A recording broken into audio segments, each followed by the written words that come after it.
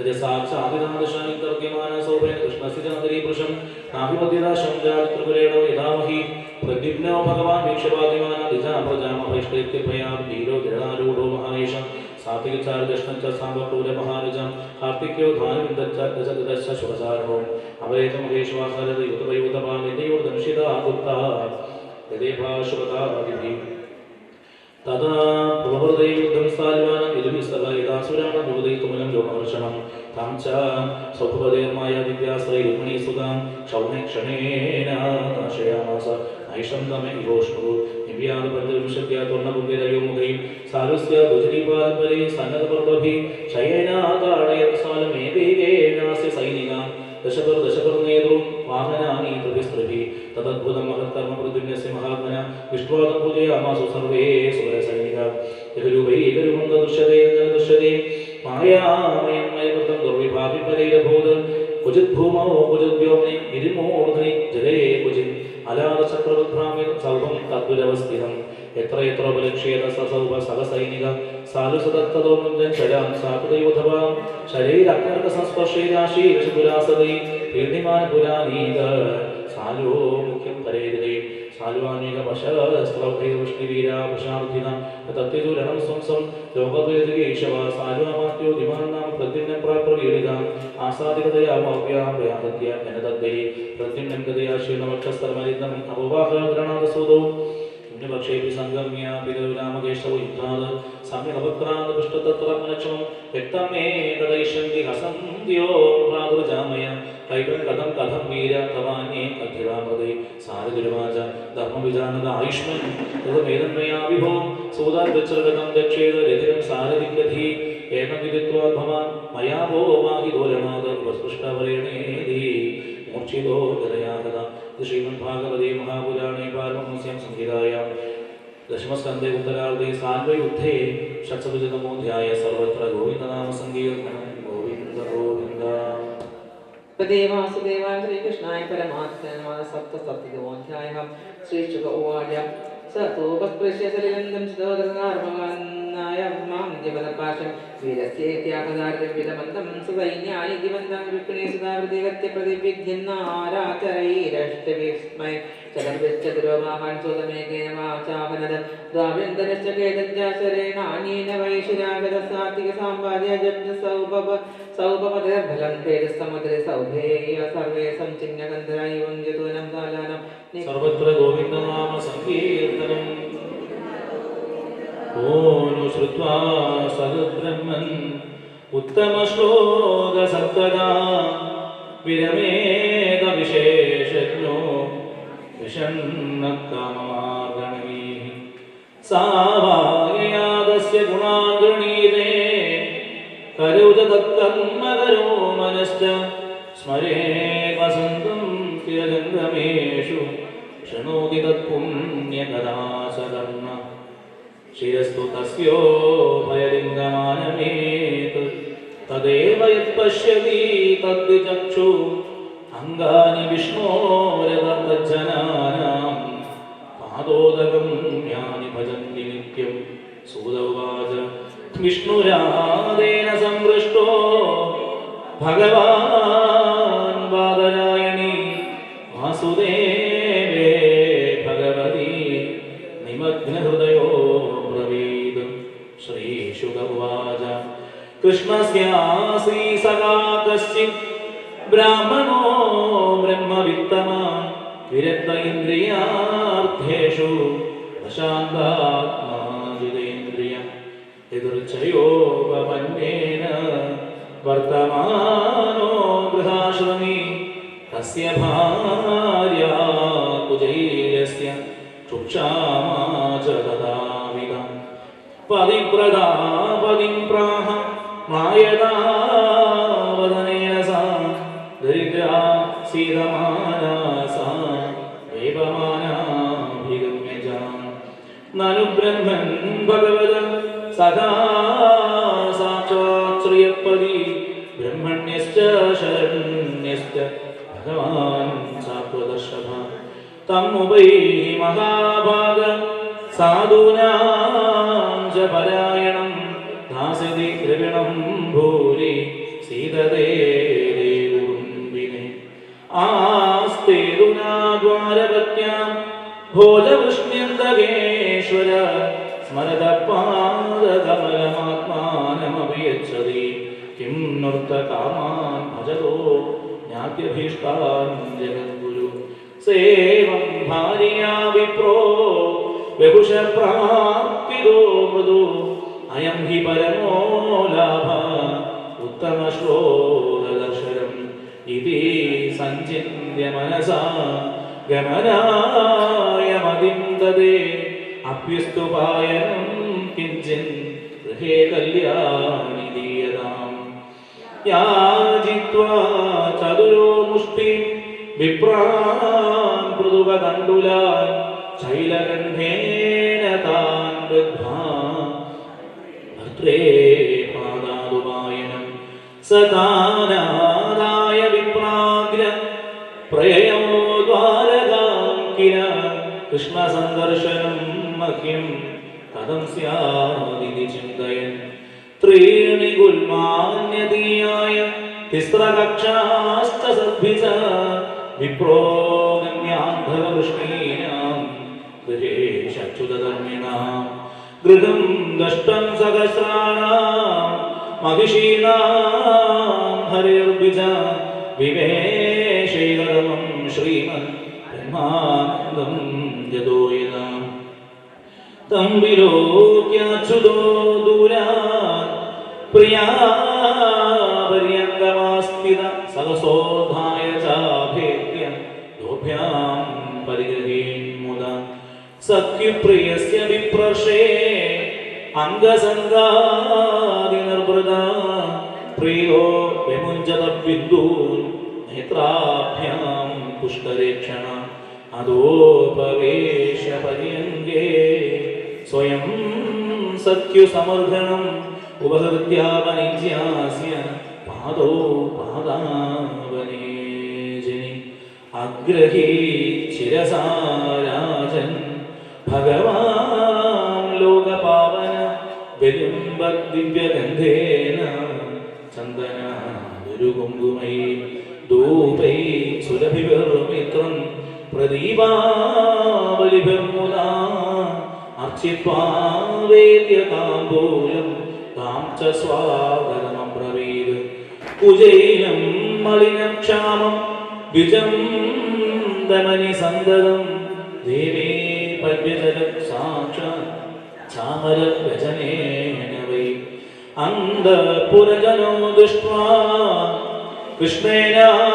കൃഷ്ണേനാമലകീർത്തിനാ വിസ്മിതോ ഭൂതതി പ്രീത്യാ അവധൂതം സഭാജിതം കിമനേന കൃതം പുണ്യമവധൂതേന ഭിക്ഷുമാ ശ്രിയാഹീനേന ലോകേസ്മിൻ നിർഹിതേനാധമേന ച യോസൗ ത്രിലോകഗുരുണാ ശ്രീനിവാസേന സംഭൃത പര്യങ്കസ്താം ശ്രിയം ഹിത്വാ പരിഷുപ്തോ വൃജോ യഥാ കഥയാം ചക്രദുർധാധ പൂർവാ ഗുരുകുലേ സദോ ആത്മനോ ലളിതാരാജൻ കരോ ഗൃഹ്യ പരസ്പരം ശ്രീ ഭഗവാനുവാച അഭിബ്രഹ്മൻ ഗുരുകുലാൻ ഭവദാലബ്ധദക്ഷിണാത് സമാവൃത്തേന ധർമ്മജ്ഞ ഭാര്യോടാ സദൃശീനവ പ്രായോ ഗൃഹേഷു ദേ ചിത്തം അഗാമവിഗതം തദാ നൈവാദി പ്രിയസേ വിദ്വൻ ധനേഷു വിഹിതം ഹിമേ കേചിത് കുർവന്തി കർമാണി കാമൈരഹത ചേതസ യജന്ത പ്രകൃതേർദേവീർ യദാഹം ലോകസംഗ്രഹം കച്ചിത് ഗുരുകുലേ വാസം ബ്രഹ്മൻ സ്മരസി നോ യദ വിജോ വിജ്ഞായ വിജ്ഞേയം തമസപാരമശ്നുതേ സ വൈ സത്കർമ്മണാം സാക്ഷാത് വിജാതേരിഹ സംഭവ ആദ്യോംഗമിത്രാശ്രമിണാം യദാഹം ജ്ഞാനദോ ഗുരു നന്നർത്ഥ ഗോപികാ ബ്രഹ്മൻ വർണ്ണാശ്രമവദാമിഹ ഏവ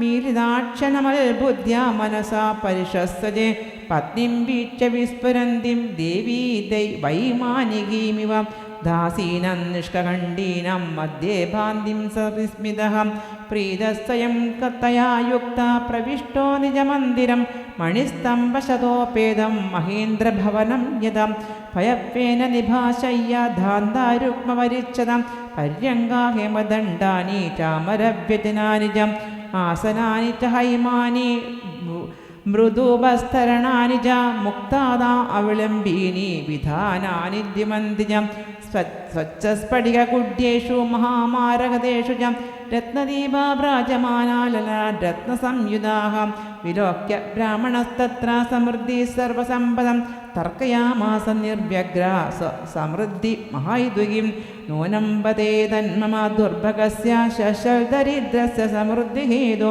മഹാവിബോധേരവലോകതോ അന്യോ നൈവോപപദ്ധ്യേത യദുത്തമസ്യ നന്നബ്രവാണോ ദിശതേ സമക്ഷം യാജിഷ്ണവേ ഭൂരിഭി ഭൂരിഭോജം പർജന്യവത്തൽ സ്വയമീക്ഷമാണോ ദാശാർഗകാണാം വൃഷഭസ്സഖാമി കിഞ്ചിൽ കരോത്യുർവവി സദത്തം സുഹൃൽകൃതം വൽഗവി ഭൂരികാരി മയോപനീതം പൃഥുകൈയുഗമുഷ്ടിം പ്രത്യഗ്രഹിൽ പ്രീതിയുതോ Mahatma തസൈവ may സൗഹൃദസഖ്യമൈത്രിം ദാസ്യം പുനർജന്മനി ജന്മനി Syal മഹാനുഭാവേന ഗുണാലയേന വിഷജ്ജതസ്ഥൽ പുരുഷപ്രസംഗ ഭക്തായ Chithra Bhagwan he സമ്പദോ രാജ്യം വിഭൂതിർന സമർത്ഥയത്യജാം അദീർഘബോധായ വിചക്ഷണ സ്വയം പശ്യന്നിപാദം ധനിനം മദോദ്ഭവം ഇത്തം വ്യവസ്ഥിതോ ബുദ്ധ്യാ ഭക്തോദീവ ജനാർദ്ദനെ വിഷയൻ ജായാതുത്യക്ഷൻ ബുഭുജേനാദിലംബണം തസ്യ വൈ ദേവദേവസ്യ ഹരേ യജ്ഞപദേ പ്രഭോ ബ്രാഹ്മണ പ്രഭോ ദൈവം ന തേഭ്യോ വിദ്യതേ പരം ഏവം സ വിപ്രോ ഭഗവൽ സുഹൃത്തതാ ദൃഷ്ടാ സുവൃത്തൈരജിതം പരാജിതം തദ്ധ്യാനവേഗോദ്ഘൃതിതാത്മബന്ധനസ്തദ്ധാമലേപേ അചിരത സദാംഗതിം ഏതൽ ബ്രഹ്മണ്യദേവസ്യ ശ്രുത്വാ ബ്രഹ്മണ്യതാന്നരം ലബ്ധഭാവോ ഭഗവതി കർമ്മബന്ധാൽ വിമുച്യതേ സർവം ശ്രീകൃഷ്ണാർപ്പണമസ്തു. ഇത് ശ്രീമദ്ഭാഗവതേ മഹാപുരാണേ പാരമഹംസ്യം സംഹിതയം ദശമസ്കന്ധേ ഉത്തരാർദ്ധേ പൃഥുഗോപാഖ്യാനം നാമൈകാശീതിതമോऽധ്യായഃ. സർവത്ര ഗോവിന്ദനാമസങ്കീർത്തനം. ഗോവിന്ദ ഗോവിന്ദ.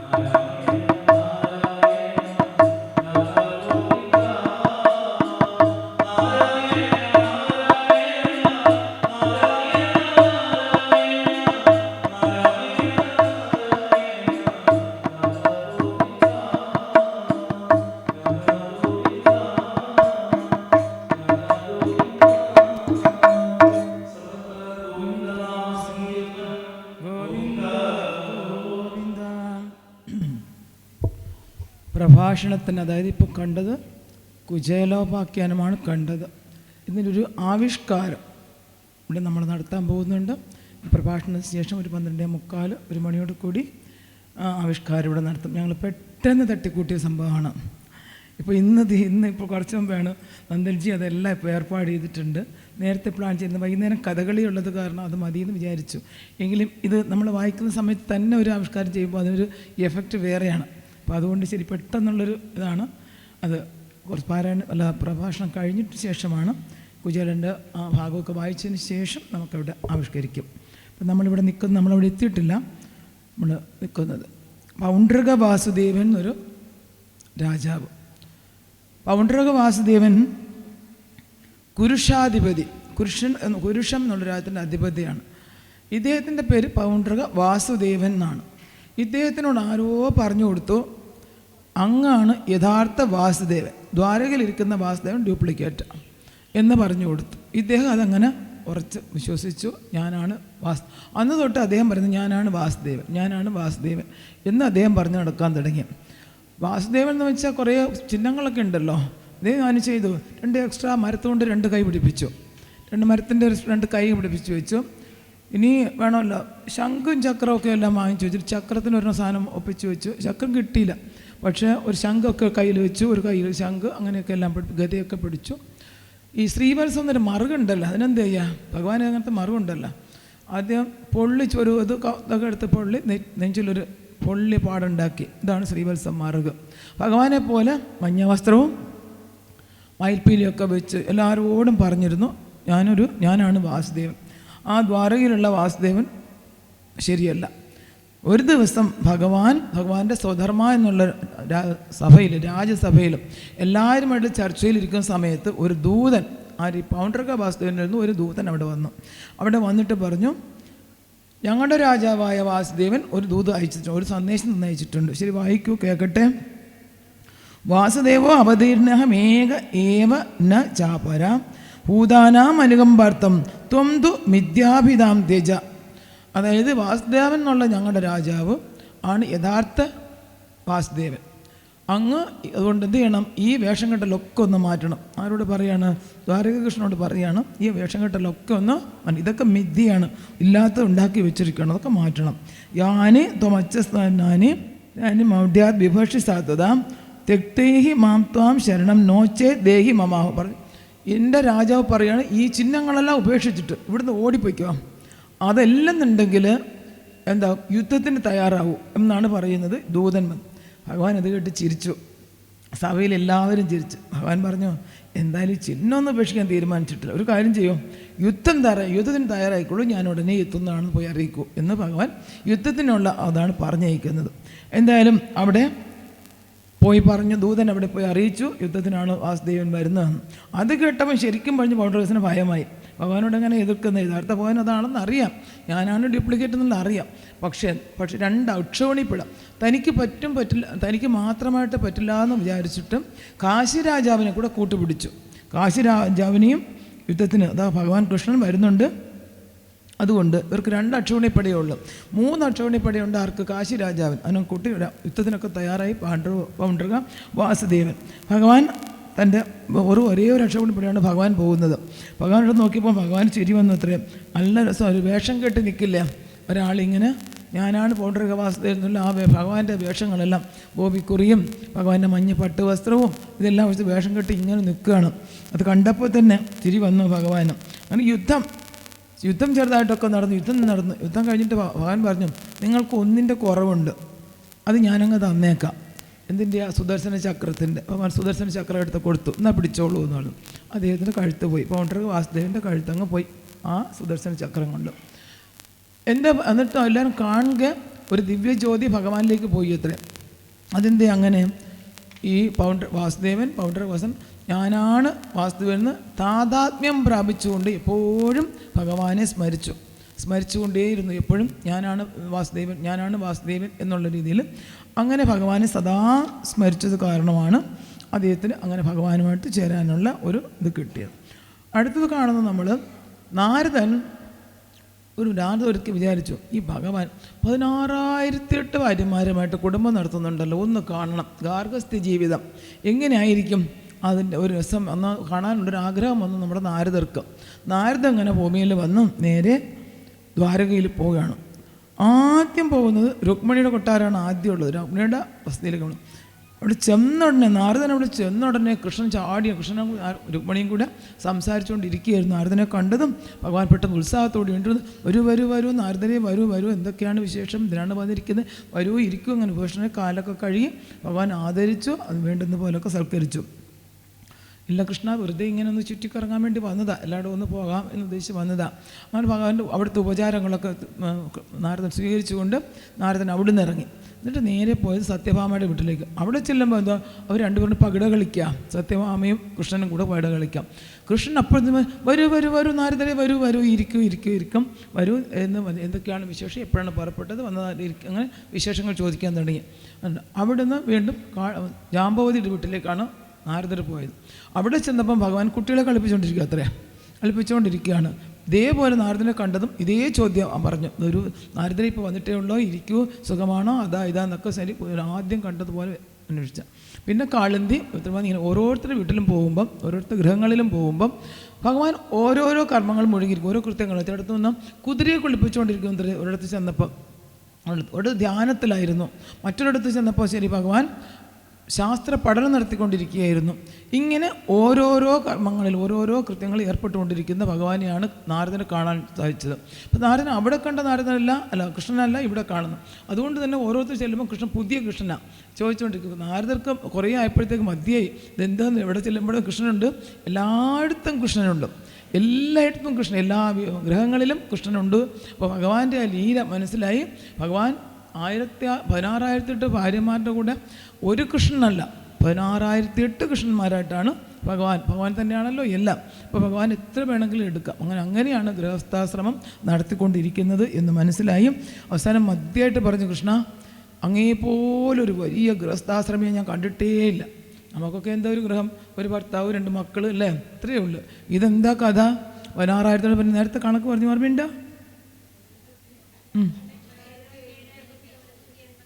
കണ്ട എന്താ ഓർമ്മശക്തി? ഇത് നല്ല ഓർമ്മശക്തി ഉണ്ട്. അതാ 1,77,180 അത്രയും പേരുണ്ട്. അത്രയും പേര് ഭാര്യമാരുടെ അടുത്ത്, അത്രയും മക്കളുണ്ട്, അത്രയും പുത്രന്മാരുണ്ട്, അത്രയും ഭഗവാൻ നോക്കണ്ടേ. അങ്ങനെ ഇതെല്ലാം കണ്ടിട്ട് പറഞ്ഞു, അങ്ങേപ്പോലൊരു ഗൃഹസ്ഥാശ്രമി കണ്ടിട്ട്, ലോകത്തിലെ ഏറ്റവും വലിയ ഗൃഹസ്ഥാശ്രമി അങ്ങ് തന്നെയാണ്. അങ്ങനെയൊക്കെ പറഞ്ഞു ഭഗവാനെ. അങ്ങനെ ഭഗവാന്റെ ഓരോ കാര്യങ്ങൾ നോക്കുകയാണ്. ഭഗവാന്റെ ഒരു ദിവസത്തെ എങ്ങനെയാണ് ഭഗവാൻ ഒരു ദിവസം ആരംഭിക്കുന്നതെന്നുള്ള ഭഗവാന്റെ ഗാർഹസ്ഥ ജീവിതം കണ്ടു. അതെല്ലാം കണ്ടിട്ട് അവിടുന്ന് പുറപ്പെട്ടു. അപ്പം കൃഷ്ണൻ്റെ ഒരു ദിവസത്തെ എങ്ങനെയാണ് ഭഗവാൻ ഒരു ദിവസം ആരംഭിക്കുന്നത് അറിയാം.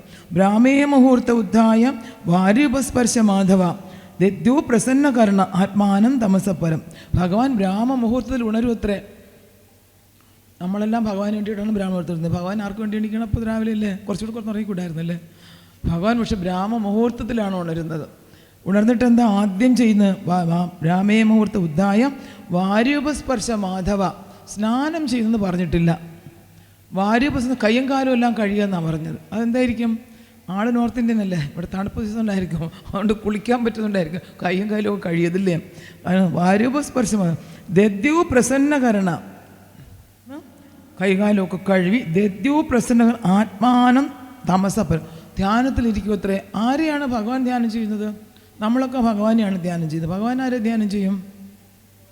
ആത്മാനം തമസപ്പരം. അവനവൻ്റെ ആത്മാവിനെ തന്നെയാണ്, സ്വയം അവനവൻ്റെ ആത്മാവിനെ തന്നെയാണ് ഭരിക്കുന്നത് ഭഗവാൻ. തന്നുള്ളിലേക്ക് നോക്കിക്കൊണ്ടാണ് ചെയ്യുന്നത്, ധ്യാനം ചെയ്യുന്നത്. അങ്ങനെ ധ്യാനം കഴിഞ്ഞ ശേഷം ഭഗവാൻ ചെയ്യുന്ന ഓരോ കാര്യങ്ങൾ എന്താ? എഴുന്നേറ്റ് ഓരോരുത്തർക്ക് കൊടുക്കും. അതായത് ആദ്യം ധ്യാനം, പിന്നീട് അതിനുശേഷം പോയി സ്നാനമൊക്കെ ചെയ്തിട്ട് വരും, സന്ധ്യാവന്ദനം ചെയ്യും, അഗ്നിഹോത്രമൊക്കെ നടത്തും. അത് ഗൃഹസ്ഥന്മാർക്കുള്ളതാണ് അഗ്നിഹോത്രം എന്നാണ് ചെയ്യേണ്ടത്. ഗൃഹസ്ഥന്മാർ, ഭഗവാൻ ഗൃഹസ്ഥനാണ്, അതുകൊണ്ട് അഗ്നിഹോത്രം ചെയ്യുന്നു, ഗായത്രി ചൊല്ലും, സൂര്യന് അർഘ്യം ആരാധനയൊക്കെ ചെയ്യും. അതിനുശേഷം ഭഗവാൻ പഞ്ചയജ്ഞങ്ങൾ പറഞ്ഞല്ലോ എന്നല്ലേ, പഞ്ചയജ്ഞങ്ങൾ ചെയ്യും. 5 യജ്ഞങ്ങൾ അതും ഗൃഹസ്ഥർക്ക് പറഞ്ഞിട്ടുള്ളതാണ്. എന്താ പറയുക, ഋഷിയജ്ഞം, പിതൃയജ്ഞം, നൃയജ്ഞം, ഭൂയജ്ഞം, അങ്ങനെ തുടങ്ങി ഋഷിയജ്ഞം തുടങ്ങി 5 യജ്ഞങ്ങളുണ്ട്. ഓരോരുത്തരെയും സന്തോഷിപ്പിക്കാൻ വേണ്ടി അങ്ങനെ 5 യജ്ഞങ്ങൾ ചെയ്യും. അതിനുശേഷമാണ് ഭഗവാൻ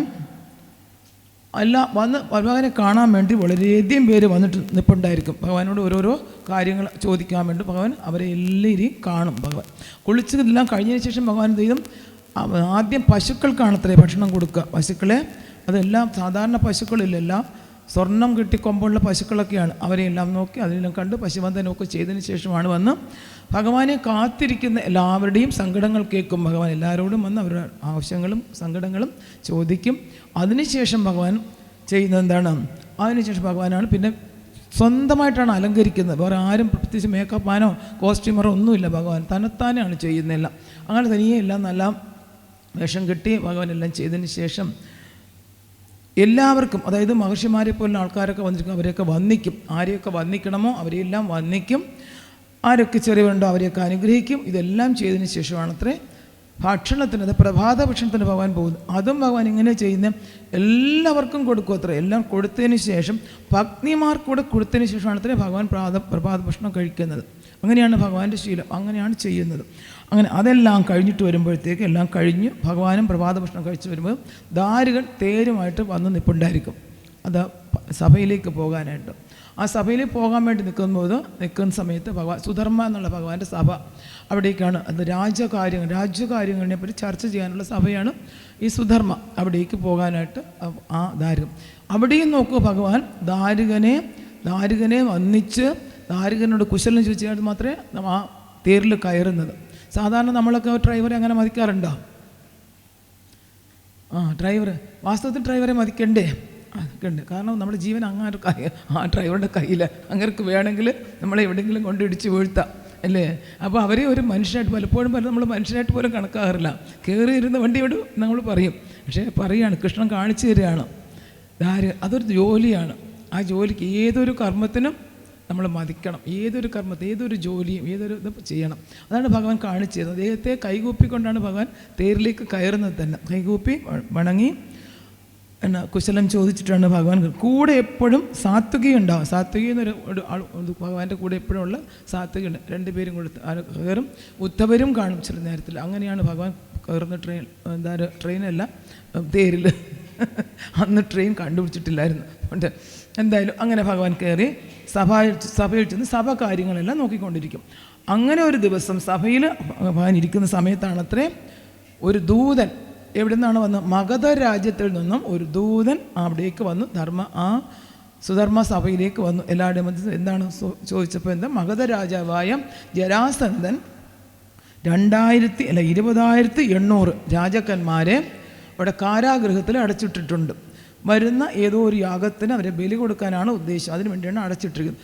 അതിൽ ഈ രാജാക്കന്മാരെല്ലാം കൂടെ ഒരു ദൂതനെ പറഞ്ഞു വെച്ചിരിക്കുകയാണ്, ഭഗവാനോട് പോയി ഞങ്ങളെ സഹായിക്കണം, രക്ഷിക്കണം എന്ന് ആവശ്യപ്പെടാൻ വേണ്ടി പറഞ്ഞു വെച്ചിരിക്കുന്ന ഒരു ദൂതൻ വന്ന് ഭഗവാനോട് ആ കാര്യങ്ങൾ പറയുകയാണ്. അതുകൊണ്ട് ഭഗവാനെ രക്ഷിക്കണമെന്ന്.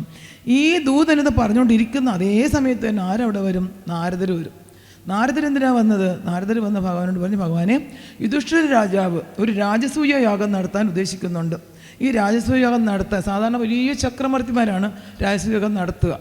പക്ഷേ ഇപ്പോൾ യുധിഷ്ഠിരൻ വന്നിട്ട് നടത്തണമെന്ന് ആഗ്രഹിക്കുന്നു. അങ്ങയുടെ സഹായം, അങ്ങയുടെ അനുഗ്രഹം കൂടി ഉണ്ടെങ്കിൽ നടത്താൻ പറ്റും. അതുകൊണ്ട് അവരെ സഹായിക്കണം എന്ന് അപേക്ഷിക്കാൻ വേണ്ടിയിട്ടാണ് ഞാനും വന്നിരിക്കുന്നതെന്ന്. 2 കൃത്യങ്ങൾ ഒരേ നേരത്തെ വന്നു. ഭഗവാൻ ഒരു ഏതാണ് ഇതിലൂടെ ആദ്യം ചെയ്യുക? കാരാഗ്രഹത്തിൽ കിടന്ന രാജാക്കന്മാരെ രക്ഷിക്കണോ അതോ രാജസൂയ യാഗത്തിന് പോകണോ? അദ്ദേഹം ആരോട് ചോദിച്ചു? ഉദ്ധവരോട് ചോദിച്ചു. ഉദ്ധവ, ഇതിലിപ്പോൾ ഏതാണ് ഞാൻ ആദ്യം ചെയ്യേണ്ടത്? ഭഗവാൻ അറിയായികയല്ല. പക്ഷേ ഭഗവാൻ അങ്ങനെയാണ്. ഉദ്ധവോ ബുദ്ധിസത്തവ നമ്മൾ നേരത്തെ പഠിച്ചു അല്ലേ? ഭഗവാന്റെ മന്ത്രിയാണ്, ഭഗവാന്റെ സുഹൃത്താണ്, അതുപോലെ തന്നെ ബൃഹസ്പതിയുടെ ശിഷ്യനാണ്. അദ്ദേഹം ബുദ്ധിസത്തവ എന്നാണ് പറയുന്നത്. അതുകൊണ്ട് തന്നെ ഭഗവാൻ എന്തോട് ബുദ്ധിയുണ്ടോ അതെല്ലാം ഉണ്ട് ഉദ്ധവർക്കും. ഉദ്ധവരോട് ചോദിച്ചു. ഉദ്ധവർ പറഞ്ഞു, അങ്ങേക്ക് തീരുമാനിക്കേണ്ടതേ ഉള്ളൂ.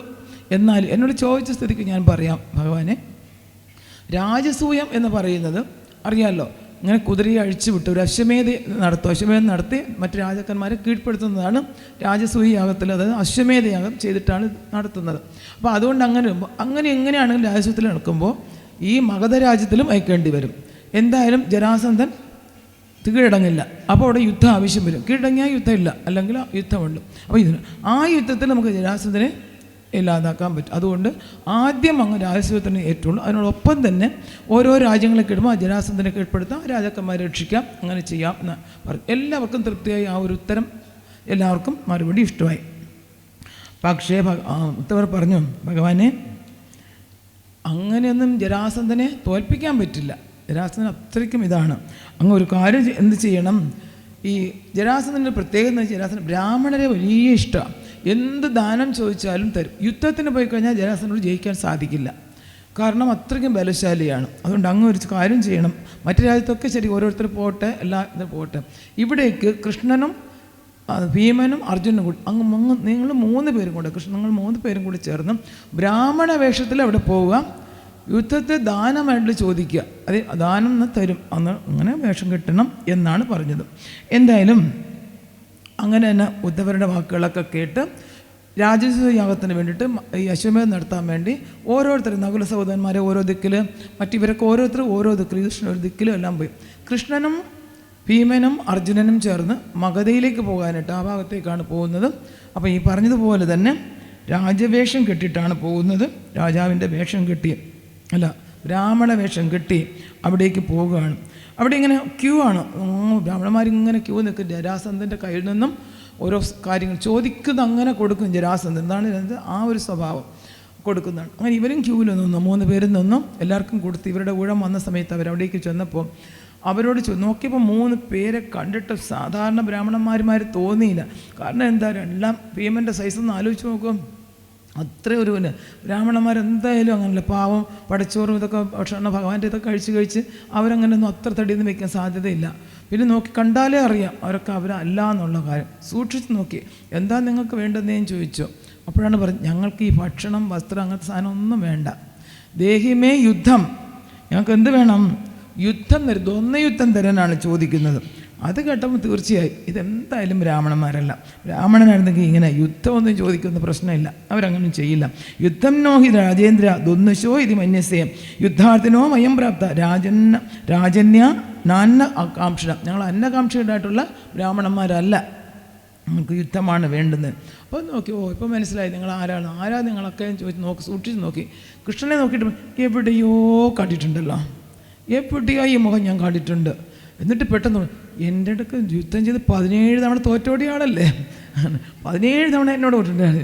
നിന്നോടൊപ്പം ഞാൻ യുദ്ധം ചെയ്യില്ല, കാരണം 17 തവണ തോറ്റിരിക്കുന്നത്, അപ്പോൾ ഇനിയും യുദ്ധം ചെയ്യില്ല. അർജുനനെ നോക്കി, നീ വെറും പയ്യൻ, എന്നോടും ഞാൻ ചെയ്യില്ല, യുദ്ധം ചെയ്യില്ല. എന്നോട് ഒപ്പത്തിനൊപ്പം യുദ്ധം ചെയ്യാൻ യോഗ്യനല്ല നീ. അർജുനെ മാറ്റി നിർത്തി. അപ്പം പിന്നെ ഭീമൻ തരക്കേടില്ല എന്നോടൊപ്പം യുദ്ധം ചെയ്യാൻ. അപ്പോൾ ഭീമനുമായിട്ടാകട്ടെ ദ്വന്ദ്വയുദ്ധം എന്നതിന് കൊടുത്തു. അങ്ങനെ ദ്വന്ദ്വയുദ്ധം ഗതയൊക്കെ നമ്മുടെ ജരാസന്ധൻ തന്നെയാണ് കൊടുക്കുന്നത്, ഭീമന് കൊടുക്കുന്നു. 2 പേരും നല്ല യുദ്ധം നടക്കുക, ഗംഭീര യുദ്ധം നടക്കുന്നു. അങ്ങനെ യുദ്ധം നടന്നിട്ട് 26 നാളുകൾ യുദ്ധം ചെയ്തിട്ടും തോൽവി ചെയ്യില്ല. കാരണം 10,000 ആനയുടെ ബലമാണ് ഭീമനും, അതേ ബലമാണ് ജരാസന്ധനും. അതുകൊണ്ട് തുല്യശക്തികളായതുകൊണ്ടും തോൽവി ജയം ആർക്കുമില്ല. പക്ഷേ എങ്കിലും ജരാസന്ധൻ ഇടിയാണ് കുറച്ച് കൂടുതൽ കടുപ്പം. നമ്മൾ ഭീമൻ തളർന്നു ഏകദേശം. 26ാമത്തെ ദിവസം കൃഷ്ണനോട് പറഞ്ഞു, കൃഷ്ണൻ രക്ഷിക്കുമെന്നാണ് വിചാരിച്ചത്. ആ ധൈര്യമാണ്, കൃഷ്ണൻ കൂടെ ഉണ്ടല്ലോ, ഞാൻ ജയിക്കും പെട്ടെന്ന് എന്നാണ് വിചാരിച്ചിരുന്നത് ഭീമൻ. പക്ഷേ കൃഷ്ണൻ സഹായിക്കുന്നില്ല. കൃഷ്ണൻ നോക്കിക്കുന്നല്ല, ഇടിയൊക്കെ കണ്ട് രസിക്കുന്നേ ഉള്ളൂ. 26ാം ദിവസപ്പോഴത്തേക്ക് ഭീമൻ ഭഗവാനോട് പറഞ്ഞു, ഭഗവാനെ ഇന്ന് ഞാൻ മതിലയാടി ഓടിപ്പോവും, അടുത്ത് ഇനി അടി ഓടാനുള്ള ശക്തി എനിക്കില്ല, നാളെ കൂടെ നീ ജരാസന്ധൻ ഇടി കൊണ്ടുകഴിഞ്ഞാൽ അതുകൊണ്ട് ഞാൻ ഇന്ന് രാത്രിക്ക് ഇടാൻ പോവുകയാണ് എന്ന് ഭഗവാൻ പറഞ്ഞു. വേണ്ട, പോകണ്ട, അങ്ങനെ തോറ്റോടി പോകുന്നതൊക്കെ മോശമല്ലേ, അതുകൊണ്ട് വേണ്ട, നാളെയും കൂടെ യുദ്ധം ചെയ്തിട്ട് പോവാം, നാളെ യുദ്ധത്തിൽ ജരാസന്ധനെ വീഴ്ത്താം എന്നുള്ള ഭഗവാൻ പറഞ്ഞു. അങ്ങനെ എന്തായാലും ഭഗവാന്റെ വാക്ക് കേട്ടിട്ട് സന്തോഷം, ശരി നാളെയെങ്കിലും വീഴ്ത്താമല്ലോ. അങ്ങനെ 28ാമത്തെ ദിവസം യുദ്ധം നടക്കുകയാണ്. അപ്പോഴും ജരാസന്ധൻ വല്ലാതെ കൊടുക്കുന്നുണ്ട്. ആർക്ക്? ഭീഷ്മർ ഇടയ്ക്കിടയ്ക്ക് എന്നാ ഭീഷ്മരല്ല ഭീമൻ കേൾക്കുന്നുണ്ട് അപ്പോൾ അല്ലേ ഭീമന്. അപ്പോൾ ഭീമൻ ഇങ്ങനെ ഇടയ്ക്കിടയ്ക്ക് ഭഗവാനെ ഇങ്ങനെ നോക്കുന്നുണ്ട്. ഭഗവാനോട് നോക്കി നിൽക്കുന്നതല്ല തോന്നി ചെയ്യുന്നില്ലേ, ഇടികൊള്ളുന്ന ശരീരമൊക്കെ അങ്ങനെ പോവുകയാണ്. അങ്ങനെ നോക്കിയപ്പോൾ ഒരു സമയമായപ്പോൾ ഭഗവാൻ ഒരു സംശയം കാണിച്ച്. എന്താ കാണിച്ചത്? സഞ്ചന്ത്യാരി മധോയം ഭീമസ്യാം അമോഘ ദർശയാമാസ വിടവം പാട എന്നിവ സംശയം. ഒരു മരക്കൊമ്പ് അവിടെ കിടന്ന മരക്കൊമ്പിനെ എന്ത് ചെയ്തു കൊടുത്തു? ഭഗവാൻ ഇങ്ങനെ രണ്ടായിട്ട് പിളർന്ന് കാണിച്ചു കൊടുത്തു. അതൊരു സംശയമാണ്. അത് കണ്ടപ്പം ആർക്ക് മനസ്സിലായി? ഭീമന് മനസ്സിലായി എന്താ ഉദ്ദേശിക്കുന്നത്. ഭീമൻ ജരാസന്ധനെ താഴെ തള്ളിയിട്ട് ആ ഒരു കാല് ചവിട്ടിപ്പിടിച്ചുകൊണ്ട് ഒരു കാലിങ്ങനെ വലിച്ചു കയറി ആ ജരാസന്ധനെ വധിച്ചു. എന്തേ ജരാസന്ധനെ അങ്ങനെ വധിച്ചത്? അതിനും ഒരു കണ്ട്. ജരാസന്ധൻ, ജരയാൽ കൂട്ടി യോജിപ്പിച്ചതാണ് ജരാസന്ധൻ. അത് വേറൊരു കഥയാണ്. ഒരു രാജാവിന് പുത്രന്മാരുണ്ടാകാതിരുന്നൊരു സന്താനം ഉണ്ടാകാൻ വേണ്ടി ഒരു വരം കിട്ടി. 2 ഭാര്യമാരായിരുന്നു. കിട്ടിയ പഴത്തെ 2 പേർക്കും ഭാഗിച്ചു കൊടുത്തുകൊണ്ട് എന്തായി? 2 ഭാഗമായിട്ട് 2 ഭാര്യമാരിലും വന്നു. 2 ഭാഗമായിട്ട്, ഒരു കാലും ഒരു കൈയും എല്ലാം ഒരു ഭാഗത്തും, ഒരു കാലും 2 പേർക്ക്. രണ്ടും ജഡം. അതുകൊണ്ടാണ് ജഡമായതുകൊണ്ട്. അപ്പോൾ ജനിച്ചു വന്നപ്പോൾ ആ ജഡമായതുകൊണ്ട് എന്താ ചെയ്തേ? വലിച്ചെറിഞ്ഞു കാട്ടിലേക്ക്. ഇതെന്താ പ്രയോജനം? ജഡമാണല്ലോ ശരീരം. അങ്ങനെ വലിച്ചെറിഞ്ഞ ശേഷത്തെ ആ കാട്ടിലുണ്ടായിരുന്ന ഒരു ജര 2 ഒരേപോലെ ഇരിക്കുന്നില്ലേ? കണ്ടപ്പോൾ ഒന്ന് കൂട്ടിച്ചേർക്കാമെന്ന് വിചാരിച്ചു. ആ ജര കൂട്ടിച്ചേർത്തപ്പോൾ എന്തായി? അതിന് ജീവനുണ്ടായി. അങ്ങനെ ജരയാൽ യോജിപ്പിക്കപ്പെട്ടതാൽ ജരാസന്ധൻ എന്ന പേര്. അങ്ങനെ ജരാസന്ധൻ എന്ന പേരുണ്ടായി. ഇരിക്കാൻ സ്ഥലമില്ലേ? ചേട്ടന് കസേര കൊടുക്കുമോ? ജരാസന്ധൻ എന്നുള്ളൊരു പേര് വന്നു. അങ്ങനെയാണ് ജരാസന്ധൻ. അപ്പം ആ ജീവനെ വേർപ്പെടുത്തണമെങ്കിലും എങ്ങനെ വേണം? അങ്ങനെ തന്നെ ചെയ്യണം. അതാണ് ഭഗവാൻ അങ്ങനെ ജരാസന്ധനെ വധം കഴിഞ്ഞു. ജരാസന്ധനെ വധം കഴിഞ്ഞ ശേഷം അവിടെ എന്താ ചെയ്തത്? ഈ കാരാഗൃഹത്തിൽ അടച്ചിട്ടിരുന്ന രാജാക്കന്മാരെ എല്ലാം മോചിപ്പിച്ചു. അവരോടെല്ലാം പറഞ്ഞു അവർക്ക് എന്തുകൊണ്ടാണ് ഇങ്ങനൊരു അവസ്ഥ വന്നത്. അവർക്കൊക്കെ ഞങ്ങൾ എന്തോ അവർ ആരെയും മതിച്ചില്ല. അവർക്ക് എപ്പോഴും അഹങ്കാരം ഉണ്ടായിരുന്നു. ആ ജരാസന്ധൻ പിടിയിലകപ്പെട്ടത് അതുകൊണ്ടാണ്. അവർക്കൊക്കെ അത് മനസ്സിലായി. അവർ ഭഗവാനെ സ്തുതിച്ചു. വളരെ മനോഹരമായ സ്തുതിയാണ്. കൃഷ്ണായ വാസുദേവായ ഹരയേ പരമാത്മനെ പ്രണതക്ലേശനാശായ ഗോവിന്ദായ നമോ നമഃ. കൃഷ്ണായ വാസുദേവായ പ്രണതക്ലേശനാശായ ഹരയേ പരമാത്മനെ പ്രണതക്ലേശനാശായ ഗോവിന്ദായ നമോ നമഃ. ഭഗവാൻ ആ സ്തുതിയിലൊക്കെ സന്തുഷ്ടനായി അവരെല്ലാം അവരുടെ രാജ്യത്തേക്ക് പറഞ്ഞു വിട്ടു. ഭഗവാൻ പറഞ്ഞു രാജസൂയത്തിന് എല്ലാവരും വരണം എന്നുള്ള അവരോട് കൂടിയിട്ടാണ് അവരെ അവിടെ നയിച്ചത്. അപ്പോഴത്തേക്ക് രാജസൂയ യാഗത്തിനുള്ള പൊരുളുകളെല്ലാം ഓരോരുത്തരും ഓരോ ഭാഗത്ത് പോയിരുന്നല്ലോ. ധാരാളം സമ്പത്ത് വേണം, ധാരാളം ധനം ആവശ്യമുണ്ട് ഈ യാഗത്തിന്, രാജസൂയ യാഗത്തിന് അത്രയും ഉണ്ട്. അപ്പോൾ എല്ലാവരും പോയിടത്തെല്ലാം എല്ലാ രാജ്യങ്ങളിലെ സമ്പത്തും കൊണ്ടുവന്നു. ഇവിടെ ജരാസന്ധൻ്റെ രാജ്യത്തെ സമ്പത്ത് മുഴുവനും ഇവരും കൊണ്ടുവന്നു. അങ്ങനെ രാജസ്ഥാനുള്ള എല്ലാ ഒരുക്കങ്ങളും പൂർത്തിയായി. ആ പൂർത്തിയായ സമയത്ത് അഗ്രാസന പൂജയ്ക്ക് ഈ രാജസൂയത്തിന് ഒരു ഇതുണ്ട്. അതായത് ഒരാളെ ഇരിക്കുന്നവരിൽ ഏറ്റവും ശ്രേഷ്ഠനായ ഒരാളെ അഗ്രാസന പൂജയ്ക്ക് തിരഞ്ഞെടുക്കണം. അങ്ങനെയൊന്നുണ്ട്. അപ്പം ആരെയാണ് വന്നിരിക്കുന്ന എല്ലാം ശ്രേഷ്ഠന്മാരായ മഹർഷിമാരും ദേവന്മാരും അങ്ങനെയൊക്കെയുള്ള എല്ലാവരുമാണ് ഇരിക്കുന്നത്. ഇതിൽ ആരെ തിരഞ്ഞെടുക്കും? യുധിഷ്ഠിരന് തന്നെ ഒരു ഇതായി ആരെയാണ് അപ്പോഴാണ് സഹദേവൻ പറഞ്ഞു ഇത്ര ആലോചിക്കാൻ എന്തിരിക്കുന്നത്, ഭഗവാൻ കൃഷ്ണൻ തന്നെയാണ് അഗ്രാസന പൂജയ്ക്ക് യോഗ്യൻ എന്ന് പറഞ്ഞു. അങ്ങനെ അഗ്രാസന പൂജയ്ക്ക് ഭഗവാനെ ഇരുത്തി വേണ്ടുന്ന ഉപകാരങ്ങളെല്ലാം ചെയ്തു. വേണ്ടുന്ന ഭഗവാന് വേണ്ടുന്ന അർഹതി അച്യുത ശ്രൈഷ്ഠ്യം ഭഗവാൻ സാത്വതാമ്പതി യേശവൈ ദേവതാ സർവ ദേശകാലധന. സകല ദേവന്മാർക്കും അധിപനായ ഭഗവാനെ തന്നെയാണ് ഈ അഗ്രാസന പൂജയ്ക്ക് നമ്മൾ വെക്കേണ്ടത് എന്ന് പറഞ്ഞ സമയത്ത് അങ്ങനെ ഭഗവാനെ ഇരുത്തി. ഭഗവാൻ യുധിഷ്ഠിരനും പാഞ്ചാലി ചേർന്ന ഭഗവാന് അഗ്രാസനം പനിനീര് കൊണ്ട് അഭിഷേകം ചെയ്ത് ഭഗവാനെ അഗ്രാസനം ആദരിക്കുകയാണ്, പവിത്രമാക്കി. അങ്ങനെ എല്ലാവരും സന്തുഷ്ടരായി. ഏത് ഈ രാജസൂയത്തിൽ ഭഗവാനെ അഗ്രഗണ്യനായിട്ട് തിരഞ്ഞെടുത്തത് കാരണം എല്ലാവരും ഒരാൾക്ക് മാത്രം ഇഷ്ടപ്പെട്ടില്ല. ആരാത്?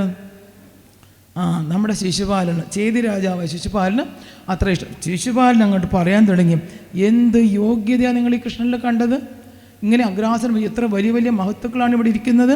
അതിനല്ലാതെ എന്താ യോഗ്യത കണ്ടത്? ഒരു രാജാവ് എന്നുള്ളൊരു യോഗ്യതയില്ല, രാജപദവി ഇല്ല, കൃഷ്ണനൊക്കെ രാജപദവി ഇല്ല. പിന്നെ എന്താണ്, ചെറിയ വയസ്സിൽ മോഷണമായിരുന്നു പണി. അതിനുശേഷം സ്വന്തം അമ്മാവനെ നെഞ്ചിൽ കയറിയിരുന്ന് വധിച്ചു, സ്ത്രീകളുടെ ചേല കെട്ടു, ഇങ്ങനെയുള്ള കുറേ രുക്മിണി ഹരണം. ശിശുപാലന് കോപം ചിഹ്നമല്ല, ശിശുപാലനെ പറഞ്ഞു വെച്ച പെണ്ണായിരുന്നു രുക്മിണി അല്ലേ. രുക്മിണിന് കല്യാണം നിശ്ചയിച്ച് തന്നെയാണ് തട്ടിക്കൊണ്ട് പോയത് കൃഷ്ണൻ. അപ്പോൾ എന്ത് പകയുള്ളിലുണ്ടാവും അല്ലേ. അപ്പോൾ ആ ഒരു പകയെല്ലാം കൂടി ചേർത്ത് വെച്ചിട്ടാണ് ശിശുപാലൻ അങ്ങനെ ഭഗവാനെ അധിക്ഷേപിച്ചു കൊണ്ടേയിരുന്നു. ആർക്കും സഹിക്കാനായില്ല. പറഞ്ഞില്ലേ, ഇങ്ങനെ ഭഗവാനെയൊക്കെ നിന്ദിക്കുന്നത് കേട്ടാൽ കാത് പൊത്തി അവിടുന്ന് ഓടണമെന്നാണ് പറയുക. അല്ലെങ്കിൽ പറയുന്നതായിട്ട് നാക്ക് വെട്ടണമെന്നാണ് പറയുക, മുറുക്കണം ഭഗവാൻ നിന്ന് ചെയ്യുന്ന സമയത്ത്. അതുകൊണ്ട് എല്ലാവർക്കും കൂടെ ഇരിക്കാൻ പറ്റുന്നില്ല. മഹർഷിമാർക്കാണെങ്കിലും പാണ്ഡവർക്ക് അർജുനൻ ഇങ്ങനെ വാളൊക്കെ ഇങ്ങനെ പിടിച്ചു എടുക്കാനായിട്ട്. ഭഗവാൻ പറഞ്ഞു വേണ്ട വേണ്ട ഇരിക്കൂ, ഞാൻ നോക്കിക്കോളാമെന്ന് ഭഗവാൻ പറഞ്ഞു. അങ്ങനെ എന്ത് ചെയ്ത് പറഞ്ഞു എന്നാൽ പറഞ്ഞില്ലേ, 99 അധിക്ഷേപങ്ങൾ ചെയ്യുന്നവരിക്കും ഭഗവാൻ ക്ഷമിച്ചിരുന്നു. 100ാമത് ഭഗവാനെ അധിക്ഷേപിക്കുന്നു കേട്ടതും ഭഗവാൻ തൻ്റെ ചക്രായുധത്തെ വിട്ട് ശിശുപാലൻ്റെ കഴുത്തെടുത്തു. ആ കഴുത്ത് പോയിടുന്ന ആ ശിശുപാലനിൽ നിന്നും ഒരു ദിവ്യജ്യോതി ഭഗവാനിലേക്ക് പോയി. അത് അറിയാമല്ലോ കഥ. അതങ്ങനെ പോയത് അവർ ഭഗവാന്റെ ഭക്തന്മാരായ ജയവിജയന്മാരിൽ ഒരാളാണ് ശിശുപാൽ. അതുകൊണ്ടാണ് അങ്ങനെ പോയത്. അങ്ങനെ ശിശുപാല വധമൊക്കെ കഴിഞ്ഞതിന് ശേഷം ഒരു വധം നടന്നതെന്ന് പറഞ്ഞാൽ യഥാസുഖം മാറ്റിവെച്ചൊന്നുമില്ല. നമുക്കുണ്ടല്ലോ പെലയുണ്ടല്ലോ, അങ്ങനെ പെലയൊന്നും ഇവിടെ ഉണ്ടായിരുന്നില്ല. പെലയോ എന്നാൽ പെല ഒന്ന് ക്രിക്കറ്റ് അല്ല ഇത് കളിക്കാരനല്ലേ, ക്രിക്കറ്റാണോ ഫുട്ബോളായിരുന്നു, പോട്ടെ ക്രിക്കറ്റും പോട്ടെ എന്തായാലും ശരി. അങ്ങനെ ഇത് പെല നമ്മൾ പറയും ആചരിക്കില്ലേ മരിച്ചു കഴിഞ്ഞാണ്. ഇത് അവിടെ അതൊന്നും ഉണ്ടായില്ല. ആണ് അത് യാഗം നന്നായിട്ട് നടന്നു രാജയോഗത്തിൽ. അതും വളരെ ഗംഭീരമാണ്. എല്ലാവരെയും വിളിച്ചു വരും. കൃഷ്ണൻ്റെ കുടുംബം മുഴുവനും വന്നു. അത്ര ആലോചിച്ച് നോക്ക്, കൃഷ്ണൻ്റെ കുടുംബം എങ്ങനെയാണ് വന്നിരിക്കുകയെന്നും. എത്രയാണ് മക്കൾ? എന്തായാലും ഇനി മറക്കില്ല കേട്ടോ, നടക്കില്ല. അത്രയും മക്കൾ, അതിൻ്റെ കൊച്ചുമക്കൾ, അതിൻ്റെ ജോലിക്കാർ, വസ്ത്രം അലക്കുന്നവർ, പാചകം ചെയ്യുന്നവർ, അങ്ങനെയൊക്കെ ഒരു കടലിങ്ങനെ തിരണ്ട് വരുന്നത് പോലെയാണ് ഭഗവാന്റെ കുടുംബം മുഴുവനും ഇങ്ങോട്ട് വരണം. ഒന്ന് ആലോചിച്ച് നോക്ക്, ഇത്രയും പേർക്ക് വസ്ത്രം വാങ്ങിക്കണമെങ്കിൽ ഏത് വലിയത് വാങ്ങിക്കും? ചീമാട്ടിയിൽ കിട്ടും അത്രയും വസ്ത്രം. അതല്ല, എല്ലാം കൂടിയൊന്നും തികയില്ല. അതിനൊക്കെ ശരിയല്ല. ഇനി അവർക്ക് ഭക്ഷണം കൊടുക്കണമെന്ന് ഇഡ്ഡലി ചെയ്ത് കഴിഞ്ഞാൽ എത്ര ചെയ്യേണ്ടി വരും? ശരി, അങ്ങനെയെങ്കിലും ഇഡ്ഡലി ഉണ്ടാക്കി കൊടുക്കുന്നു. ദോശയൊന്നും കൊടുക്കാൻ പറ്റില്ല, ചുട്ടാൻ പറ്റില്ല. ശരി, ഉപ്മാവാണെങ്കിലോ അതും പറ്റില്ല. അത്രയും പേർക്കൊന്നും വല്ല ചെയ്യാൻ പറ്റില്ല അല്ലേ?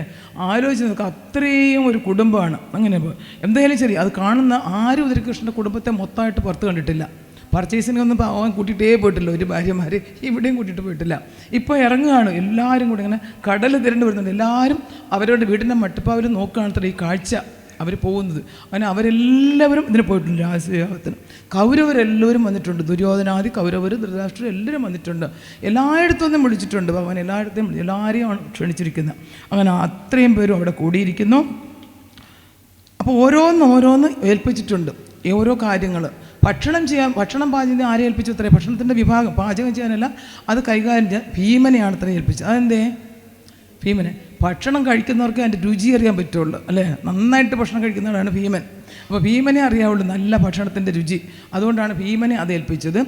ദുര്യോധനനെ കലവറ നിരക്ക് നോക്കുന്ന കാര്യമാണ് ഏൽപ്പിച്ചത്. കർണനെ ദാനം ചെയ്യാനാണ് ഏൽപ്പിച്ചത്.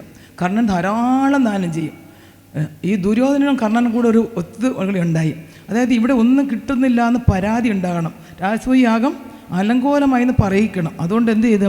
കലവറ നിറച്ച് വെച്ച് കർണൻ ധാരാളം ദാനം ചെയ്യാൻ പറഞ്ഞു. ദുര്യോധനൻ കർണൻ കൊടുത്തുകൊണ്ടിരുന്നു. ഈ കലവറ മുഴുവൻ കാലിയാക്കണം. അയ്യോ ഒന്നും കിട്ടിയില്ല, ഞങ്ങൾക്കൊന്ന് പറച്ചിലുണ്ടാക്കണം, അതാണ് ഉദ്ദേശം. അങ്ങനത്തെ. പക്ഷേ ആരാ നടത്തുന്നത്? ഇവിടെ ഭഗവാൻ കൃഷ്ണനാണ് നടത്തിക്കൊണ്ടിരിക്കുന്നത്. ഓർക്കുന്നില്ല. എന്തെങ്കിലും അതങ്ങനെ നടക്കുന്ന എല്ലാവരും ഓരോരോ ഡ്യൂട്ടികൾ ഏറ്റെടുത്തു. ഓരോരോ അവർ വിഭാഗം തിരിച്ചു കൊടുത്തു. ഓരോരോ ജോലി അവരെ ഏൽപ്പിച്ചു. ഇപ്പോൾ ഒരു ഈ യജ്ഞം നടക്കുമ്പോൾ തന്നെ നമ്മൾ എത്ര പേരെയാണ് ഇവിടെ നന്ദൻജിയൊക്കെ ഏൽപ്പിച്ചിരിക്കുന്നതല്ലേ? ഓരോ വിഭാഗത്തിനെ ഓരോരുത്തർക്ക് ഏൽപ്പിക്കും. അപ്പോഴേ അത് നടക്കുകയുള്ളൂ. അങ്ങനെ ചെയ്യണം. അപ്പോൾ അത്രയും വലിയൊരു രാജസൂയം നടക്കുമ്പോൾ അവരെല്ലാം അർജുനൻ ഒരു അവസാനം ഭഗവാൻ ഏറ്റെടുത്തത് വരുന്ന അതിഥിയുടെ കാല് കഴുകുന്ന ജോലിയാണ് ഭഗവാൻ ഏറ്റെടുത്തത്. എല്ലാവരെയും കാല് കഴുകി സ്വീകരിക്കുന്നതാണ് ഭഗവാൻ ഏറ്റെടുത്തത്. അപ്പോൾ ഭഗവാൻ എന്തു ചെയ്യാനും മടിയില്ല. അപ്പോൾ അങ്ങനെ അത് ഏറ്റെടുത്തു. വിളമ്പിക്കൊടുക്കാൻ ആരെ ഏൽപ്പിച്ചെന്നറിയാമോ? പാഞ്ചാലിയെ. അതെന്തേ? പാഞ്ചാലിയുടെ അക്ഷയപാത്രം ഒരിക്കലും ഇല്ലയെന്ന് പറയില്ല.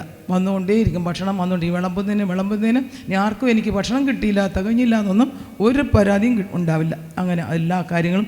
അതുകൊണ്ട് എന്തായും ഈ രാജസേവം വളരെ ഗംഭീരമായിട്ട് ഭംഗിയായിട്ട് നടന്നു. ഒരു കുറവുമില്ലാത്ത രീതിയിലും നല്ല രീതിയിലൊരു യാഗം നടന്നു. എല്ലാവർക്കും സന്തുഷ്ടരായി. എല്ലാവർക്കും ധാരാളം ദാനം ഒക്കെ കൊടുത്തു. യുധിഷ്ഠിരൻ വാരി കൊടുത്തു. അങ്ങനെ എല്ലാവർക്കും വന്ന മഹർഷിമാർക്കും ഒക്കെ സന്തോഷം. ഒരാൾക്ക് മാത്രം സഹിക്കാൻ പറ്റിയില്ല. ആരാത്?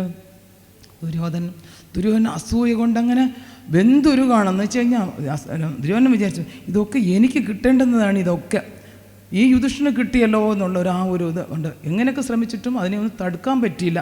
ആ രാജസൂയം വളരെ ഗംഭീരമായിട്ട് നടന്ന് ആ സന്തോഷം കൊണ്ട് കൃഷ്ണനും മറ്റെല്ലാവരും യുധിഷ്ഠിരനും എല്ലാവരും സഭയിൽ ഇങ്ങനെ കൂടിയിരുന്ന് ആ സന്തോഷം പങ്കിട്ടുകൊണ്ട് അവർ സംസാരിച്ചുകൊണ്ടിരിക്കാം. അപ്പോൾ ദുര്യോധനനും അങ്ങനെ ആ അസൂയയും അസഹിഷ്ണുതയും ഒക്കെ ആയിട്ട് സഹിക്കാൻ വയ്യ. ദുര്യോധനൻ വെച്ചാൽ ഞാനും അത്ര മോശക്കാരനൊന്നുമല്ല, ഞാൻ കേമനാണെന്ന് ഇവരുടെ മുന്നിൽ കൂടെ ഒന്ന് അറിയിക്കണം എന്ന് വിചാരിച്ചിട്ട് എന്ത് ചെയ്തു, നന്നായിട്ട് രാജവേഷമൊക്കെ ധരിച്ചിട്ട് നല്ല പോലെ അങ്ങോട്ട് വന്ന് ആ സഭയിൽ കൊണ്ട് പോകുമ്പം തോന്നി ഇവിടെ വെള്ളം കിടക്കുന്നു എന്ന് തോന്നി. എന്തോ ഇത് വസ്ത്രാഞ്ചലം പോണ്ടിൻ്റെ പാറ്റിങ്ങനെ പൊക്കി പിടിച്ചു വന്നിട്ട് നോക്കിയപ്പോഴത്തെ വെള്ളം ഇല്ലായിരുന്നു. എല്ലാവരും ചിരിച്ചു. അത് വെറും കരയായിരുന്നു, വെള്ളമുള്ളമാർ തോന്നിയതേ ഉള്ളൂ. അങ്ങനെ എല്ലാവരും ചിരിച്ചു. നാണക്കേടായി ആരും ദുര്യോധനം സാരമില്ല പോട്ടെ എന്ന്. പിന്നെ കുറച്ചങ്ങോട്ട് പോയി കഴിഞ്ഞപ്പോഴത്തേക്കും എന്തായും അവിടെ വെള്ളം ഇല്ലയെന്ന് തോന്നി. ദുര്യോധനൻ അതുകൊണ്ട് എന്ത് ചെയ്ത് അങ്ങോട്ട് എടുത്തു കൊടുത്തു. ബ്ലം നടക്കുന്ന വെള്ളത്തിനകത്ത് അവിടെ വെള്ളം ഉണ്ടായിരുന്നു. എല്ലാവരും ചിരിച്ചു. എല്ലാവരും അതെന്താ അതിന് മയൻ സൃഷ്ടിച്ച ഉണ്ടാക്കിയ ഇന്ദ്രസഭയാണ്. പ്രത്യേക മയൻ മായയാട് ചെയ്തു വെച്ചിരിക്കുന്നതാണ്. സ്ഥല ജല വിഭ്രമം ഉണ്ടാകുന്ന മാതിരി അതങ്ങനെയാണ് ഇന്ദ്രസഭയിൽ ഒരു ഭാഗം തീർത്ത് വെച്ചിരിക്കുന്നത്. സ്ഥലജല വിഭ്രാന്തി ഉണ്ടാക്കും, നമുക്കുള്ളത് ഇല്ലാത്തതുപോലെ തോന്നും. അങ്ങനെയാണ് ചെയ്തിരിക്കുന്നത്. എന്തായാലും ദുര്യോധനൻ വീണു വെള്ളത്തിൽ, മുണ്ടൊക്കെ നനഞ്ഞു. അപ്പോഴത്തേക്ക് എല്ലാവരും ചിരിച്ചു. വലിയ ജാള്യനായിപ്പോയി അദ്ദേഹം. ജാള്യതോടെ എല്ലാവരെയും ഒന്ന് നോക്കി. എല്ലാവരും കണ്ടോ, വീഴുമ്പോൾ ആരും അങ്ങനെയല്ലേ നോക്കുക, പെട്ടെന്ന് നോക്കുക ആരെങ്കിലും കണ്ടോ എന്നുള്ളതാണ് ആദ്യം നോക്കുക. ആര് വീണാലും അല്ലേ, കണ്ടില്ലെങ്കിൽ കുഴപ്പമില്ല, പൊടി തട്ടിയിട്ട് പോവാം. ഇതങ്ങനെയാണോ? സഭ മുഴുവൻ നിറഞ്ഞിരിക്കുമ്പോൾ നടുവിൽ പോയി വീണ് കഴിഞ്ഞാൽ കാണില്ലേ. എല്ലാവരും കണ്ട സമയത്ത് അല്ലാത്തത്. അപ്പോൾ നോക്കിയപ്പോൾ എന്താ, എല്ലാവരും ഭീമൻ ചിരിച്ചു, എല്ലാവരും ചിരിക്കും. പാഞ്ചാലി ചിരിക്കുന്നു. പാഞ്ചാലിയുടെ ചിരി അദ്ദേഹത്തിന് താങ്ങാൻ പറ്റിയില്ല. പാഞ്ചാലി തിരിച്ചതാണ് ഏറ്റവും വലിയ പ്രശ്നമായത്, ബാക്കി ഏറ്റവും വേണ്ടില്ല. അപ്പോൾ യുധിഷ്ഠിരൻ പറയുന്നുണ്ട് പാഞ്ചാലിയുടെ കവയത്ത് കാണി ചിരിക്കരുത്. കൃഷ്ണൻ പറഞ്ഞ് ചിരിച്ചോളൂ എന്ന് പറഞ്ഞു. അത്രേ കൃഷ്ണൻ കൈകൊണ്ട് കാണിച്ചു ചിരിച്ചോളൂ. അങ്ങനെ പാഞ്ചാലി ചിരിച്ചു. അവിടെയാണ് മഹാഭാരത യുദ്ധത്തിന് വിത്തുപാകിയ സ്ഥലം. അതാണ് മഹാഭാരത യുദ്ധത്തിന് വിത്തുപാകിയത് ഈ പാഞ്ചാലിയുടെ ചിരിയാണ്. അവിടെ വെച്ച് ഈ ദുര്യോധനൻ ശപഥം ചെയ്യുകയാണ്, നിന്നെയും ഇതേപോലെ പാഞ്ചാലി നിറഞ്ഞ സഭയിൽ കൊണ്ട് ഞാൻ അധിക്ഷേപിക്കും, അത് നാണം കെടുത്തും എന്ന് അന്ന് തീരുമാനിക്കപ്പെട്ടതാണ്. അന്നാണ് മഹാഭാരത യുദ്ധം തീരുമാനിക്കപ്പെട്ടത്. അപ്പം പറയാറുണ്ടല്ലേ, ഈ ഞാൻ തമിഴ്നാട്ടിലൊക്കെ പറയും, പെമ്പിള സിരിച്ചാൽ പോച്ച് പുകയില വിരിച്ചാൽ പോച്ച്. പെണ്ണുങ്ങൾ അധികം ചിരിക്കാൻ പാടില്ല എന്ന് പണ്ട് തൊട്ടേ നമ്മുടെ അമ്മമാരൊക്കെ പറഞ്ഞില്ലേ, നമുക്കൊക്കെ പറയും അധികം ചിരിക്കരുത്, അധികം ചിരിക്കുക. അതെന്താണെന്ന് വെച്ചാൽ ഈ കഥയിൽ നിന്ന് വന്നതാണ്. പാഞ്ചാലി ചിരിച്ചിട്ടാണ് ഏത് മഹാഭാരത യുദ്ധം ഉണ്ടായത്. അതുകൊണ്ട് പെൺകുട്ടികൾ അധികം ചിരിക്കരുതെന്ന് അങ്ങനെ പറഞ്ഞു തരും. പറഞ്ഞിട്ടില്ലേ, എനിക്കൊക്കെ പറഞ്ഞു തന്നിട്ടുണ്ട്. ഞാൻ അന്നൊന്നും ചിരിക്കുകയില്ലായിരുന്നു, ഇപ്പോഴാണ് ചിരിക്കാൻ തുടങ്ങിയത്. ഇപ്പോൾ പിന്നെ ചിരിച്ച ആരും ഒന്നും പറയില്ല അവനോട്. എന്തായാലും ശരി, അങ്ങനെ ചിരിക്കരുതെന്ന് പറഞ്ഞു. അത് ഈ സംഭവമാണ്. പാഞ്ചാലി ചിരിച്ചിട്ടാണ് മഹാഭാരത യുദ്ധം വന്നത് എന്നുള്ളൊരു ഇതിൽ നിന്ന് വെച്ചിട്ടാണ് അങ്ങനെ പറയും. എന്തായാലും ദുര്യോധൻ ക്ഷീണിതനായി, അതായത് അവമാനപ്പെട്ട് അവിടെ നിന്ന് പോയി എന്ന് പറയാം. അതിനുശേഷം നമ്മൾ കാണുന്ന കഥ അങ്ങനെ എന്തായാലും കഴിയുന്നത് നേരെ നമ്മൾ കുചേല വൃത്തത്തിലേക്ക് വരികയാണ്. നമുക്ക് സമയമില്ല. കുചേലനിപ്പം കൃഷ്ണനും കുചേലനൊക്കെ വരും. ഇപ്പോഴത്തെ കഥ പറഞ്ഞ് തീർത്തിട്ട് കുചേലൻ വരട്ടെ. കുചേലൻ്റെ കഥ എന്താണ് ഇപ്പം വായിച്ചു കേട്ടു. ഭഗവാന്റെ കൃഷ്ണസ്യാസി സഹാക്കച്ച് ബ്രാഹ്മണോ ബ്രഹ്മവിത്തമ വിരക്ത ഇന്ദ്രിയാർത്ഥേഷു പ്രശാന്താത്മാ ജിതേന്ദ്രിയ. കൃഷ്ണസ്യാസീത് സഖ, കൃഷ്ണന് ഒരു സഖ ഉണ്ടായിരുന്നു. സാധാരണ നമ്മളെങ്ങനെയാണ് പറയാം, ഞാൻ പറയുകയാണ് മോദിജി എനിക്ക് നന്നായിട്ടറിയാം, എനിക്ക് നന്നായിട്ട് അദ്ദേഹത്തിന് അറിയണ്ടേ അല്ലേ. നമ്മളൊക്കെ അങ്ങനെ, ഞാൻ ഭക്തനാ, ഭഗവാന്റെ ഭക്തനാ, നമുക്ക് പറയാം അങ്ങനെ. ഭഗവാൻ കൂടെ തീരുമാനിക്കണ്ടേ ഞാൻ ഭഗവാന്റെ ഭക്തനാണെന്ന്. ഭഗവാൻ അംഗീകരിക്കണം. ഇവിടെ പറയുന്നത് കൃഷ്ണനെ എല്ലാവർക്കും സുഹൃത്തെന്ന് പറയാൻ പറ്റും, നമുക്ക് പറ്റും. പക്ഷെ ഇവിടെ ഭഗവാൻ പറയുമായിരുന്നു കൃഷ്ണനുണ്ടായിരുന്നു ഒരു സുഹൃത്ത്, കൃഷ്ണൻ അംഗീകരിച്ച സുഹൃത്ത്. ആരാണത്? ബ്രാഹ്മണോ ബ്രഹ്മവിത്തമ വിരക്ത ഇന്ദ്രിയാർത്ഥേഷു പ്രശാന്താത്മാ ജിതേന്ദ്രിയ. അത്ര ഗുണങ്ങളാണ് അദ്ദേഹത്തിന്. ബ്രഹ്മവിത്തൻ എന്ന് വെച്ചാൽ ബ്രഹ്മത്തെക്കുറിച്ച് മുഴുവൻ അറിഞ്ഞ ബ്രഹ്മവിത്തനാണ്. അതുപോലെ വിരക്തനാണ്. ഇന്ദ്രിയാർത്ഥേഷു, ഇന്ദ്രിയങ്ങളിൽ വിരക്തി വന്നവനാണ്. പ്രശാന്താത്മ, ഇന്ദ്രിയങ്ങളിൽ വിരക്തി വന്നാലേ പ്രശാന്തമാകും. ആ പ്രശാന്താത്മ ജിതേന്ദ്രിയ, ഇന്ദ്രിയങ്ങളിൽ ജയിച്ചവനാണ്. അങ്ങനെയുള്ളൊരു സഖ ഉണ്ടായിരുന്നു ഭഗവാന്. അദ്ദേഹം വളരെ ദാരിദ്ര്യത്തിൽ ജീവിച്ചിരുന്ന ഒരാളാണ്. എതിർച്ഛവന്നേന വർത്തമാനോ ഗൃഹാശ്രമിയും തസ്യ ഭാര്യ കുജൈലസ്യ ക്ഷുക്ഷാമാച തഥാവിധം. അദ്ദേഹം കിട്ടുന്നത് കൊണ്ട് ജീവിക്കുന്ന ഒരാളാണ്. ഉഞ്ചവൃത്തി ചെയ്ത് അതിൽ കിട്ടുന്നതുകൊണ്ട് മാത്രം ജീവിക്കുന്ന ഒരാളാണ് അദ്ദേഹം. വേറെ ഒന്നിനും പോയില്ല. അദ്ദേഹത്തിനൊരു ഭാര്യ ഉണ്ടായിരുന്നു, കുജൈലസ്യ ക്ഷുക്ഷാമ. സുശീല എന്ന് പറഞ്ഞെങ്കിൽ സുശീല എന്ന് ഭാഗവത്തിൽ പറയുന്നില്ല. ക്ഷുക്ഷാമ എന്ന് പറഞ്ഞ വിശപ്പ് കൊണ്ട് മെലിഞ്ഞവൾ എന്നർത്ഥം. വിശപ്പ് കൊണ്ട് മെലിഞ്ഞവൾ എന്നാണ് ക്ഷുക്ഷാമ. അതെങ്ങനെയോ പേര് സുശീലെന്നാക്കി മാറ്റിയതാണ് കേട്ടോ. അങ്ങനെ സുശീല എന്ന പേര് ഭാഗവത്തിൽ പറയുന്നില്ല. എന്തായാലും കൃഷ്ണസ്യാസി ആ ഭാര്യ ഈ കുചേലനെ പോലെ നല്ല സ്വഭാവമുള്ള ഒരു സ്ത്രീയായിരുന്നു. ഈ കുചേലനാണെങ്കിൽ ഒരു പണിക്കും പോകില്ല, നാമം ജപിച്ചുകൊണ്ട് എപ്പോഴും ഇരിക്കും. ഇടയ്ക്കെങ്ങാനും ഉഞ്ചവൃത്തി പോയി കിട്ടുന്നത് കൊണ്ട് കൊടുക്കും. ഭാര്യയും മക്കളൊക്കെ ഉണ്ട്, കുറേ മക്കളെല്ലാം ഉണ്ടല്ലാണ്ട്. ഈ ഭാര്യ പല വീടുകളിലും ജോലി ഇട്ടാണ് അത്രയും ഭർത്താവിന് കൊടുക്കുന്നത്. എങ്ങനെ ഉണ്ടാകും ആ ഭർത്താവിനെ ഭാര്യമാർ കാണുന്നത്? ജോലിക്ക് പോകാതെ വീട്ടിലിരുന്ന് കൃഷ്ണ കൃഷ്ണ കൃഷ്ണ കൃഷ്ണ എന്ന് വെച്ചിരുന്ന് ഭർത്താവിനെ ആർക്കെങ്കിലും ഇഷ്ടമാവോ? വല്ലതൊക്കെ പോയി ജോലിയൊക്കെ ചെയ്ത് സമ്പാദിച്ച് കൊടുക്കണ്ടേ? അല്ലാത്തൊരു ഇഷ്ടപ്പെടുമോ? ആരും ഇഷ്ടപ്പെടില്ല അല്ലേ? ഒന്നും വരായിരുന്നു വെറുതെ ഇരുന്ന് നാമം ജീവിച്ചുകൊണ്ടിരിക്കുന്നതെന്ന് പറഞ്ഞിട്ട് വെറുതെ നമ്മൾ പറഞ്ഞുകൊണ്ടിരിക്കും. അവിടെ ഈ സുശീലം അങ്ങനെയൊന്നും ആയിരുന്നില്ല. ഭർത്താവിനെ അങ്ങനെ ഒന്നും പറയുന്നില്ല. വിളിക്കുന്നത് തന്നെ ബ്രഹ്മൻ ഭഗവൻ എന്നൊക്കെയാണ് വിളിക്കുന്നത്. അത്രയ്ക്ക് ആദരവോട് കൂടിയിട്ടാണ് ഭർത്താവിനെ വിളിക്കുന്നത്. അപ്പോൾ അങ്ങനെയുള്ള പതിവ്രത പതീംബ്രഹം മ്ലായത വദനേന സ ദരിദ്ര സീതമാന സ വേവമാന. അവർക്ക് വേറൊരു ദുഃഖം ഉണ്ടായിരുന്നില്ല. എന്ന് വെച്ചാൽ ഭർത്താവിന് വേണ്ട പോലെ ഭർത്താവിനെ ഇതാക്കാൻ പറ്റുന്നില്ല, അവർക്ക് വേണ്ട ഭക്ഷണം കൊടുക്കാൻ പറ്റുന്നില്ല, വേണ്ട രീതിയിൽ വിഭജിക്കാൻ പറ്റുന്നില്ല എന്നൊരു സങ്കടമായിരുന്നു അവർക്കുണ്ടായിരുന്നത്. ഒന്നും ചെയ്യാതിരിക്കുന്ന ഭർത്താവാണ്. പക്ഷേ എന്നാലും ഈ കുചേലൻ്റെ ഭാര്യയ്ക്ക് അങ്ങനത്തെ ഒരു വിഷമമായിരുന്നു. അങ്ങനെ വിഷമമുണ്ട്, ഒന്നും നടക്കുന്നില്ല. എവിടെയെങ്കിലും വീട്ടുവേലയൊക്കെ ചെയ്ത് കിട്ടുന്നതാണ് അവർ കിട്ടിക്കൊണ്ടുവന്നത്. അപ്പോൾ അങ്ങനെ ഇരിക്കുക ഒരു ദിവസം പതിയെ ആ ബ്രാഹ്മണൻ അവിടെ കുചേലനിരിക്കുന്ന സമയത്ത് പോയി പറഞ്ഞു, നനു ബ്രഹ്മൻ ഭഗവത സഖാ സാക്ഷാ ശ്രീയപ്പതിയും ബ്രഹ്മണ്യച്ച് ശരണ്യച്ച ഭഗവാൻ സാത്വദർശഭ. നനു ബ്രഹ്മൻ ഇതുവാശ് പതിയെ സൗമ്യമായ ശബ്ദത്തിൽ ബ്രഹ്മൻ വിളിക്കുന്നത് അങ്ങനെയാണ്. ബ്രഹ്മൻ വിളിക്കുന്നത് അങ്ങയുടെ സഖാലേ കൃഷ്ണൻ അങ്ങനോട് പറഞ്ഞിട്ടുണ്ട് പണ്ട്. സാന്ദീപനി ആശ്രമത്തിൽ ഒരുമിച്ച് പഠിച്ചാണ് കൃഷ്ണനും കുചേലനും ഒന്നിച്ച് പഠിച്ചതായിരുന്നു. അന്ന് എന്നെപ്പോലെ ദരിദ്രനും ആരുമില്ലായിരുന്നു, ഭഗവാനെപ്പോലെ സമ്പന്നനും ആരും ഉണ്ടായിരുന്നില്ല. പക്ഷേ എന്നെയാണ് ഭഗവാൻ സുഹൃത്തായിട്ട് കൂട്ടിയിരുന്നത്. അപ്പോൾ അന്നുള്ള കഥയെല്ലാം പറഞ്ഞു കൊടുത്തിട്ടുണ്ട്. കല്യാണമായ സമയത്ത് ഈ കുചേലൻ വന്ന് പറഞ്ഞു. കുചേലൻ്റെ പേര് ശരിക്കും സുധാമാവ് എന്നാണ്. കുചേലൻ എന്ന് വെച്ചാൽ മലിന വസ്ത്രം ധരിച്ചവൻ എന്നുള്ള അർത്ഥത്തിലാണ് കുചൈലൻ എന്നാണ്. ജീർണിച്ച വസ്ത്രം ധരിച്ചത് കൊണ്ടാണ് കുചേലന് ഈ സുധാമാവിന് ആ പേര് വന്നു. ശരിക്കുള്ള പേര് സുധാമാവ് എന്നാണ്. ആ സുധാമാവ് ഒരുമിച്ച് കൃഷ്ണനായിട്ട് പഠിക്കുന്ന സമയത്ത് രണ്ടുപേരും അത്രയ്ക്ക് സുഹൃത്താണ്. 64 ദിവസം അവിടുത്തെ ഇതെല്ലാം പഠിച്ചു കഴിഞ്ഞ് പോകുമ്പോൾ കൃഷ്ണൻ സുധാമാവിനോട് പറഞ്ഞു അത്രേ, സുധാമാവേ എന്നെ മറന്നു കളയരുതേ എന്നെ ഒന്ന് വെക്കണേന്ന്. പക്ഷേ അന്ന് കണ്ടതാ, പിന്നെ ഇവർ കണ്ടിട്ടേ ഇല്ല. കൃഷ്ണൻ വലിയ ആളായി വലിയ ഇതായി അധിപതിയൊക്കെ ആയിട്ട് അങ്ങനെ ഇരിക്കുന്നു. ഈ സുധാമാവോ ഇങ്ങനെ ജീവിക്കുന്നു, ദരിദ്രനായിട്ട് അങ്ങനെ ജീവിച്ചുകൊണ്ടിരിക്കുകയാണ്. രണ്ടുപേരും കണ്ടില്ല. അപ്പോൾ ഈ കഥയൊക്കെ ഓർമ്മയുള്ളതുകൊണ്ടാണ് ഈ സുധാമാവിൻ്റെ ഭാര്യ പറഞ്ഞു, ഒന്ന് പതിയെ പറഞ്ഞു, അങ്ങയുടെ സഖാവല്ലേ ഈ കൃഷ്ണൻ ദ്വാരകാധിപതി, ഒന്ന് പോയി കണ്ടുകൂടെ, എന്തെങ്കിലും തരാതിരിക്കില്ല. എന്ന് വെച്ചാൽ ഭഗവാൻ ശരണം പ്രാപിച്ചവർക്ക് ഭഗവാൻ എന്തും കൊടുക്കും, അതുകൊണ്ട് ഒന്ന് പോയി കണ്ടുകൂടെ. കേട്ടതുമാരും നടിച്ചില്ല ആരും നമ്മുടെ സുധാമാവ്. അത് ഭാര്യ പറഞ്ഞൊന്നും കേട്ടില്ല. അങ്ങനെ വീണ്ടും അങ്ങനെ തന്നെ പോയിക്കൊണ്ടിരിക്കാം. പല തവണ, അതായത് ഏവം ഭാര്യ വിപ്രോ ബഹുശ പ്രാർത്ഥിതോ മൃദു അയം ഹി പരമോ ലാഭ ഉത്തമ ശ്ലോക ദർശനം. അപ്പോൾ എന്താണ്, പല തവണ ഇങ്ങനെ പതിയെ പറഞ്ഞു, എനിക്കൊന്ന് പൊയ്ക്കൂടെ, അങ്ങനെ ഒന്ന് കണ്ടിട്ട് വന്നൂടെ, അങ്ങ് ചോദിച്ചു. വാങ്ങിക്കണമെന്നൊന്നും പറഞ്ഞില്ല, പോയി ഒന്ന് ഭഗവാനെ കണ്ടിട്ട് വന്നൂടെ, ഭഗവാനോട് പോകുമ്പോൾ എന്തെങ്കിലും കൊടുക്കുമല്ലോ എന്നൊരു ചിന്തയാണ്. അതുകൊണ്ട് പിന്നെ അവസാനം പറഞ്ഞു, ഒന്നുമില്ലെങ്കിൽ ഒന്ന് കാണാനെങ്കിലും ഒന്ന് പൊയ്ക്കൂടെ, കണ്ടിട്ട് വരാമല്ലോ ഭഗവാൻ. അത് കേട്ടപ്പം തോന്നി, ശരിയാണ്, ഉത്തമ ശ്ലോക ദർശനം, എനിക്കൊരു ദർശനം കിട്ടുമല്ലോ ഭഗവാന്റെ, ഒരു ദർശനത്തിന് വേണ്ടി ഒന്ന് പോയാലോ എന്നായി ആ സുധാമാവ് പോകാൻ തീരുമാനിച്ചു. പോകാം എന്നുള്ളത് പലതവണ ഭാര്യ പറഞ്ഞതുകൊണ്ടാണ്. അപ്പോഴാണ് ഒരു പ്രശ്നം. എന്താ പറഞ്ഞേ, ഗുരുവിനെ കാണാൻ പോകുമ്പോഴും ഭഗവാനെ കാണാൻ പോകുമ്പോഴും വെറും കൈയോടെ പോകാമെന്ന്. അപ്പോഴാണ് ഈ സുധാമാവ് ഭാര്യയോട് ചോദിക്കുന്നത്, ഭഗവാനെ കൊണ്ടുപോകാൻ വേണ്ടി ഇവിടെ എന്തെങ്കിലും ഉണ്ടോ എന്ന്. നമ്മളാണെങ്കിൽ എന്തോ പറഞ്ഞേനെ നമ്മളായിരുന്നു, പിന്നെ കൊണ്ട് തന്നിരിക്കുകയില്ലേ, വെച്ചിരിക്കുകയില്ലേ താൻ കൊണ്ടുപോകാൻ വേണ്ടി. ഒന്നും കൊണ്ടുതരാതെ കൊണ്ടുപോകാൻ ചോദിച്ചാൽ എവിടെ നിന്ന് എടുത്ത് തരിക എന്ന് ചോദിച്ചാൽ അല്ലേ. ഭാവം നമ്മുടെ സുശീലം അങ്ങനെയൊന്നും ചോദിച്ചില്ല.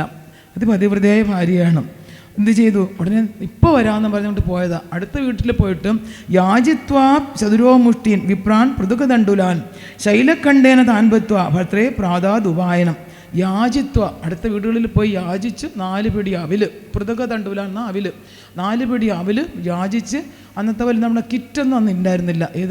എന്തായാലും പറയാം, കവറുകൾ, പ്ലാസ്റ്റിക് കവറൊക്കെ ഉണ്ടായിരുന്നില്ല. അതുകൊണ്ട് ശൈലഖണ്ഡേന ഉണ്ടായിരുന്ന തുണിയുടെ ഒരൊറ്റ കഷ്ണം കഴിച്ച് അതിനകത്താണ് അതുകൊണ്ടാണ് നമ്മൾ കിഴിയെട്ടി വെക്കുന്നത്. അന്നത്തെ ഓർമ്മ, ഇല്ലെങ്കിൽ ഇപ്പോൾ പ്ലാസ്റ്റിക് കവറിൽ വെച്ചേനെ. അന്നത്തെ ഓർമ്മയ്ക്ക് നമ്മളിപ്പോഴും ഇതിനകത്താണ് വയ്ക്കുന്നത്. അങ്ങനെ കെട്ടി ഭർത്താവിനെ ഏൽപ്പിച്ചു, ഇത് കൊണ്ടുപോയി ഭഗവാൻ കൊടുക്കാനായിട്ട് അത് ഏൽപ്പിച്ചു. അങ്ങനെ ഈ കുചേരനെ പോകുന്ന സമയത്ത് ഈ അവില് എവിടെയാണ് സൂക്ഷിച്ച, എങ്ങനെയാണ് കൊണ്ടുപോയേ? എങ്ങനെ ഉണ്ടാകുമെന്ന് ആലോചിച്ച് നോക്ക്. നല്ല വേനൽക്കാലത്ത് അവില് അങ്ങനെ വെച്ചിട്ട് പോയ എന്തൊരു ഇന്നാത് പോയി പാട്ട് പറയും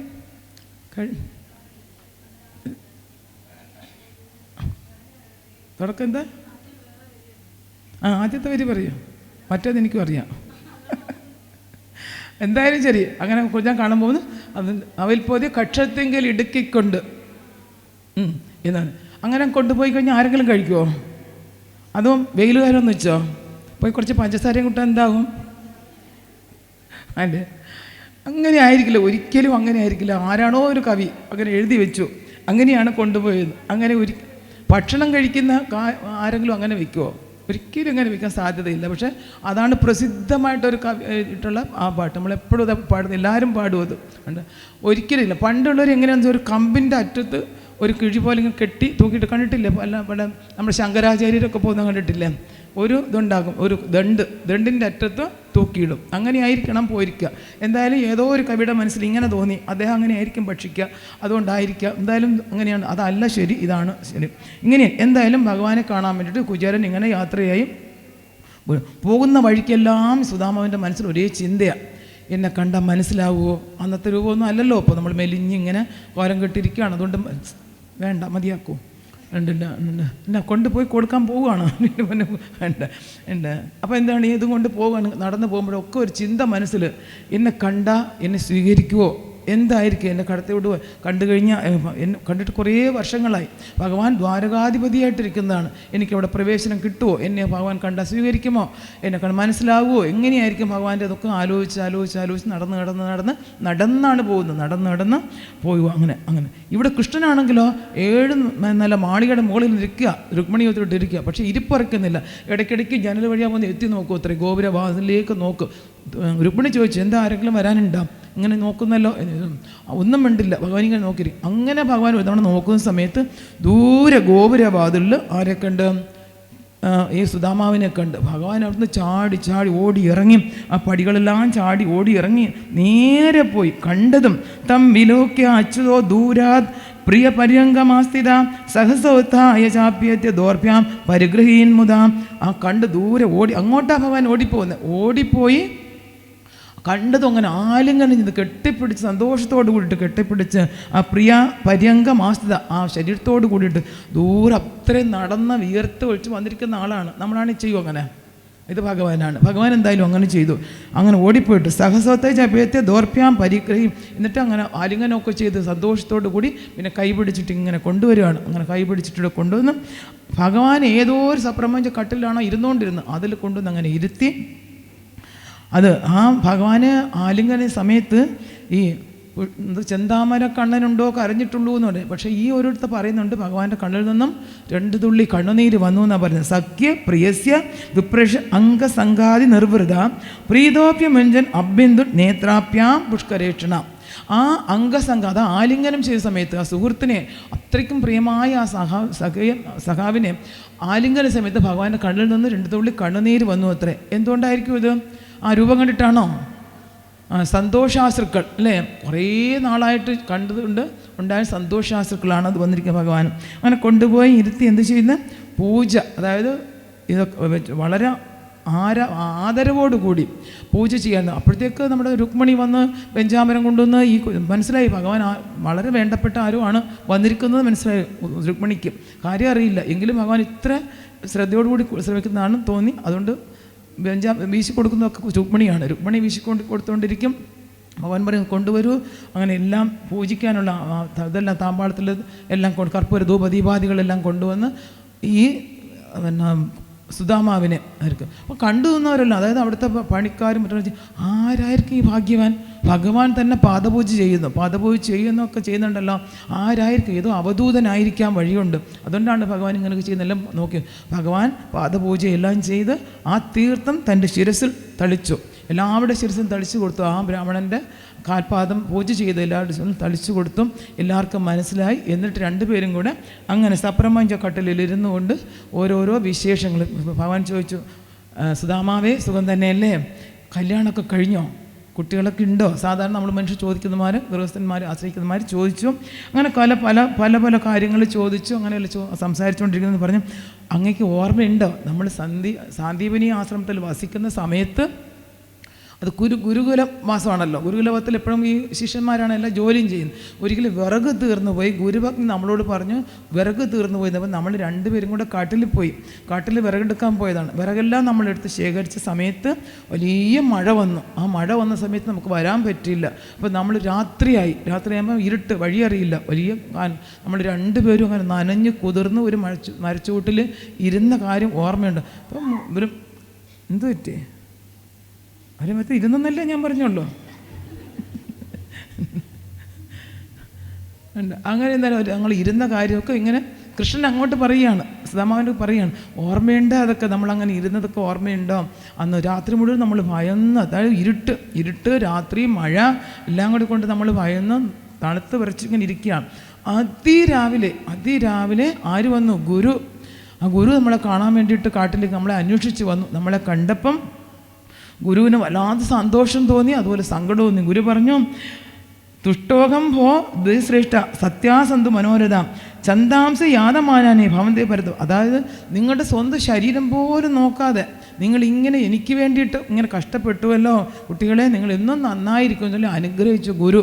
അവിടെ ഗുരു നല്ല തലയിൽ കൈവച്ച് അനുഗ്രഹിക്കുന്നു. അവിടെ പറയാണ്, ഇത്തം വിധാനേകാനി വസതാം ഗുരു വേശ്മസ്തു ഗുരോരനുഗ്രഹേണൈവ പുമാൻ പൂർണ്ണ പ്രശാന്തയെ. ആർക്കാണെങ്കിലും ഭഗവാന്റെ അനുഗ്രഹത്തെക്കാൾ മുഖ്യമാണ് ഗുരുവിൻ്റെ അനുഗ്രഹം വേണം. ഗുരോരനുഗ്രഹേണൈവ പുമാൻ പൂർണ്ണ പ്രശാന്തി. ജീവിതത്തിൽ പൂർണ്ണത്വം നേടണമെന്നുണ്ടെങ്കിൽ ഗുരുവിൻ്റെ അനുഗ്രഹം കൂടിയേ തീരൂ. അതാണ് പറഞ്ഞു കൊടുക്കുന്നത്. ഗുരോരനുഗ്രഹേണൈവ പുമാൻ പൂർണ്ണ പ്രശാന്തിയെ, പൂർണ്ണത കൈവരിക്കണമെന്നുള്ള ഗുരുവിൻ്റെ അനുഗ്രഹം കൂടിയേ തീരൂ എന്ന് ആ ഭഗവാൻ ഗുരു നമ്മളെ അന്ന് അനുഗ്രഹിച്ചു. ആ കഥയെല്ലാം കൃഷ്ണൻ സുധാമാവിനോട് ഇങ്ങനെ പറഞ്ഞുകൊണ്ടിരിക്കുകയാണ്. ഓർക്കുന്നില്ലേ? എന്നിട്ട് നമ്മളെ വീട്ടിൽ കൊണ്ടുപോയതും ആ കാര്യങ്ങളെല്ലാം ഇവർ ഓർമ്മിച്ച് കൃഷ്ണൻ പറഞ്ഞുകൊണ്ടിരിക്കും. അങ്ങനെ പറഞ്ഞു രാത്രിയായി. ഇവരിങ്ങനെ കാര്യങ്ങളൊക്കെ പറഞ്ഞു, പിന്നെ ഭക്ഷണമൊക്കെ കൊടുത്തു, എല്ലാം ഇരുന്നിട്ട് രാത്രിയായി. പറഞ്ഞു, ഇന്നിനിയിപ്പം നാളെയല്ലേ പോകുന്നുള്ളൂ, കിടന്നുറങ്ങിക്കോളൂ. അവിടെ തന്നെ കിടന്നുറങ്ങാനുള്ള സൗകര്യങ്ങളൊക്കെ കൊടുത്തു. അങ്ങനെ കിടന്നു ഉറങ്ങി. ഉറങ്ങുന്നതിന് മുമ്പ് വേണമല്ലോ അവർ പിടിക്കണം കൊണ്ടുപോകണ്ടേ. ഇതെന്താ കഷ്ടം അല്ലേ? ഉറക്കുകയാണ്, അതിന് മുമ്പ് ഉറക്കാൻ പറ്റില്ലല്ലോ. അങ്ങനെ ചോദിച്ചുകൊണ്ടിരിക്കും, കാര്യങ്ങളൊക്കെ പറഞ്ഞുകൊണ്ടിരുന്നിട്ട് പിന്നെ പാവൻ ചോദിച്ചു, സുധാമാവേ, ഈ വീട്ടിൽ നിന്ന് വന്നപ്പോൾ എന്തെങ്കിലും ഇനി കൊണ്ടുവന്നിട്ടുണ്ടാവുമല്ലോ, എന്തെങ്കിലും ഒരാളെ കാണാൻ പോകുമ്പോൾ നമ്മൾ എന്തെങ്കിലും കൊണ്ട് കൊടുക്കില്ലേ? അപ്പോൾ എന്നെ കാണാൻ വരുമ്പോഴത്തേക്ക് എന്തെങ്കിലും കൊണ്ടുവന്നിട്ടുണ്ടല്ലോ. അപ്പോൾ സുധാമാവ് എന്ത് ചെയ്തു? കയ്യിലിരുന്നത് ഒന്ന് മറച്ചു പിടിച്ചു, ഒന്നുകൂടെ ഒന്ന് മാറ്റി പിടിച്ചു. അത് കൊടുക്കാൻ താല്പര്യം വെച്ചാൽ ദ്വാരകാധിപതിയാണ്, എങ്ങനെയാണ് കൊടുക്കുക ഈ ഒരു ചെറിയ അവൽക്കിഴിയെന്ന്? അതാണോ ഉദ്ദേശം? അതല്ല അതിൻ്റെ ശരിക്കുമുള്ള ഉദ്ദേശം. അത് കൊടുക്കാതെ മാറ്റി വെച്ചു. പിന്നെയും ചോദിച്ചു. കൃഷ്ണൻ പറഞ്ഞു, അതായത് കിമുപായനമനീതം ബ്രഹ്മൻ മേ ഭവതാ ഗൃഹാത് അണ്ണിപ്പുപാഹൃതം ഭക്തി പ്രേംണാ പൂരേവ മേ ഭവേദം. ചെറിയ കാര്യമായാലും മതി, പക്ഷേ ഭക്തിയോടുകൂടി എനിക്ക്, പ്രേമത്തോടു കൂടി എനിക്ക് ആരാണ് അത് ഞാൻ വലുതായിട്ട് കണക്കാക്കും.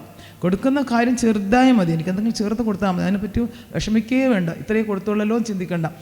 പക്ഷേ അത് പ്രേമത്തോടു കൂടി ഭക്തിയോട് കൂടിയിട്ടാണ് തരുന്നതെങ്കിൽ ഞാനത് ഏറ്റവും വലുതായിട്ട് കണക്കാക്കും. അതുകൊണ്ട് എന്താണെങ്കിലും തന്നോളൂ, കുഴപ്പമില്ല, എന്തെങ്കിലും തന്നോളൂ എന്ന്. ഭഗവാന് മനസ്സിലായി എന്തോ മറിച്ച് പിടിക്കുന്നുണ്ടെന്ന് മനസ്സിലായി.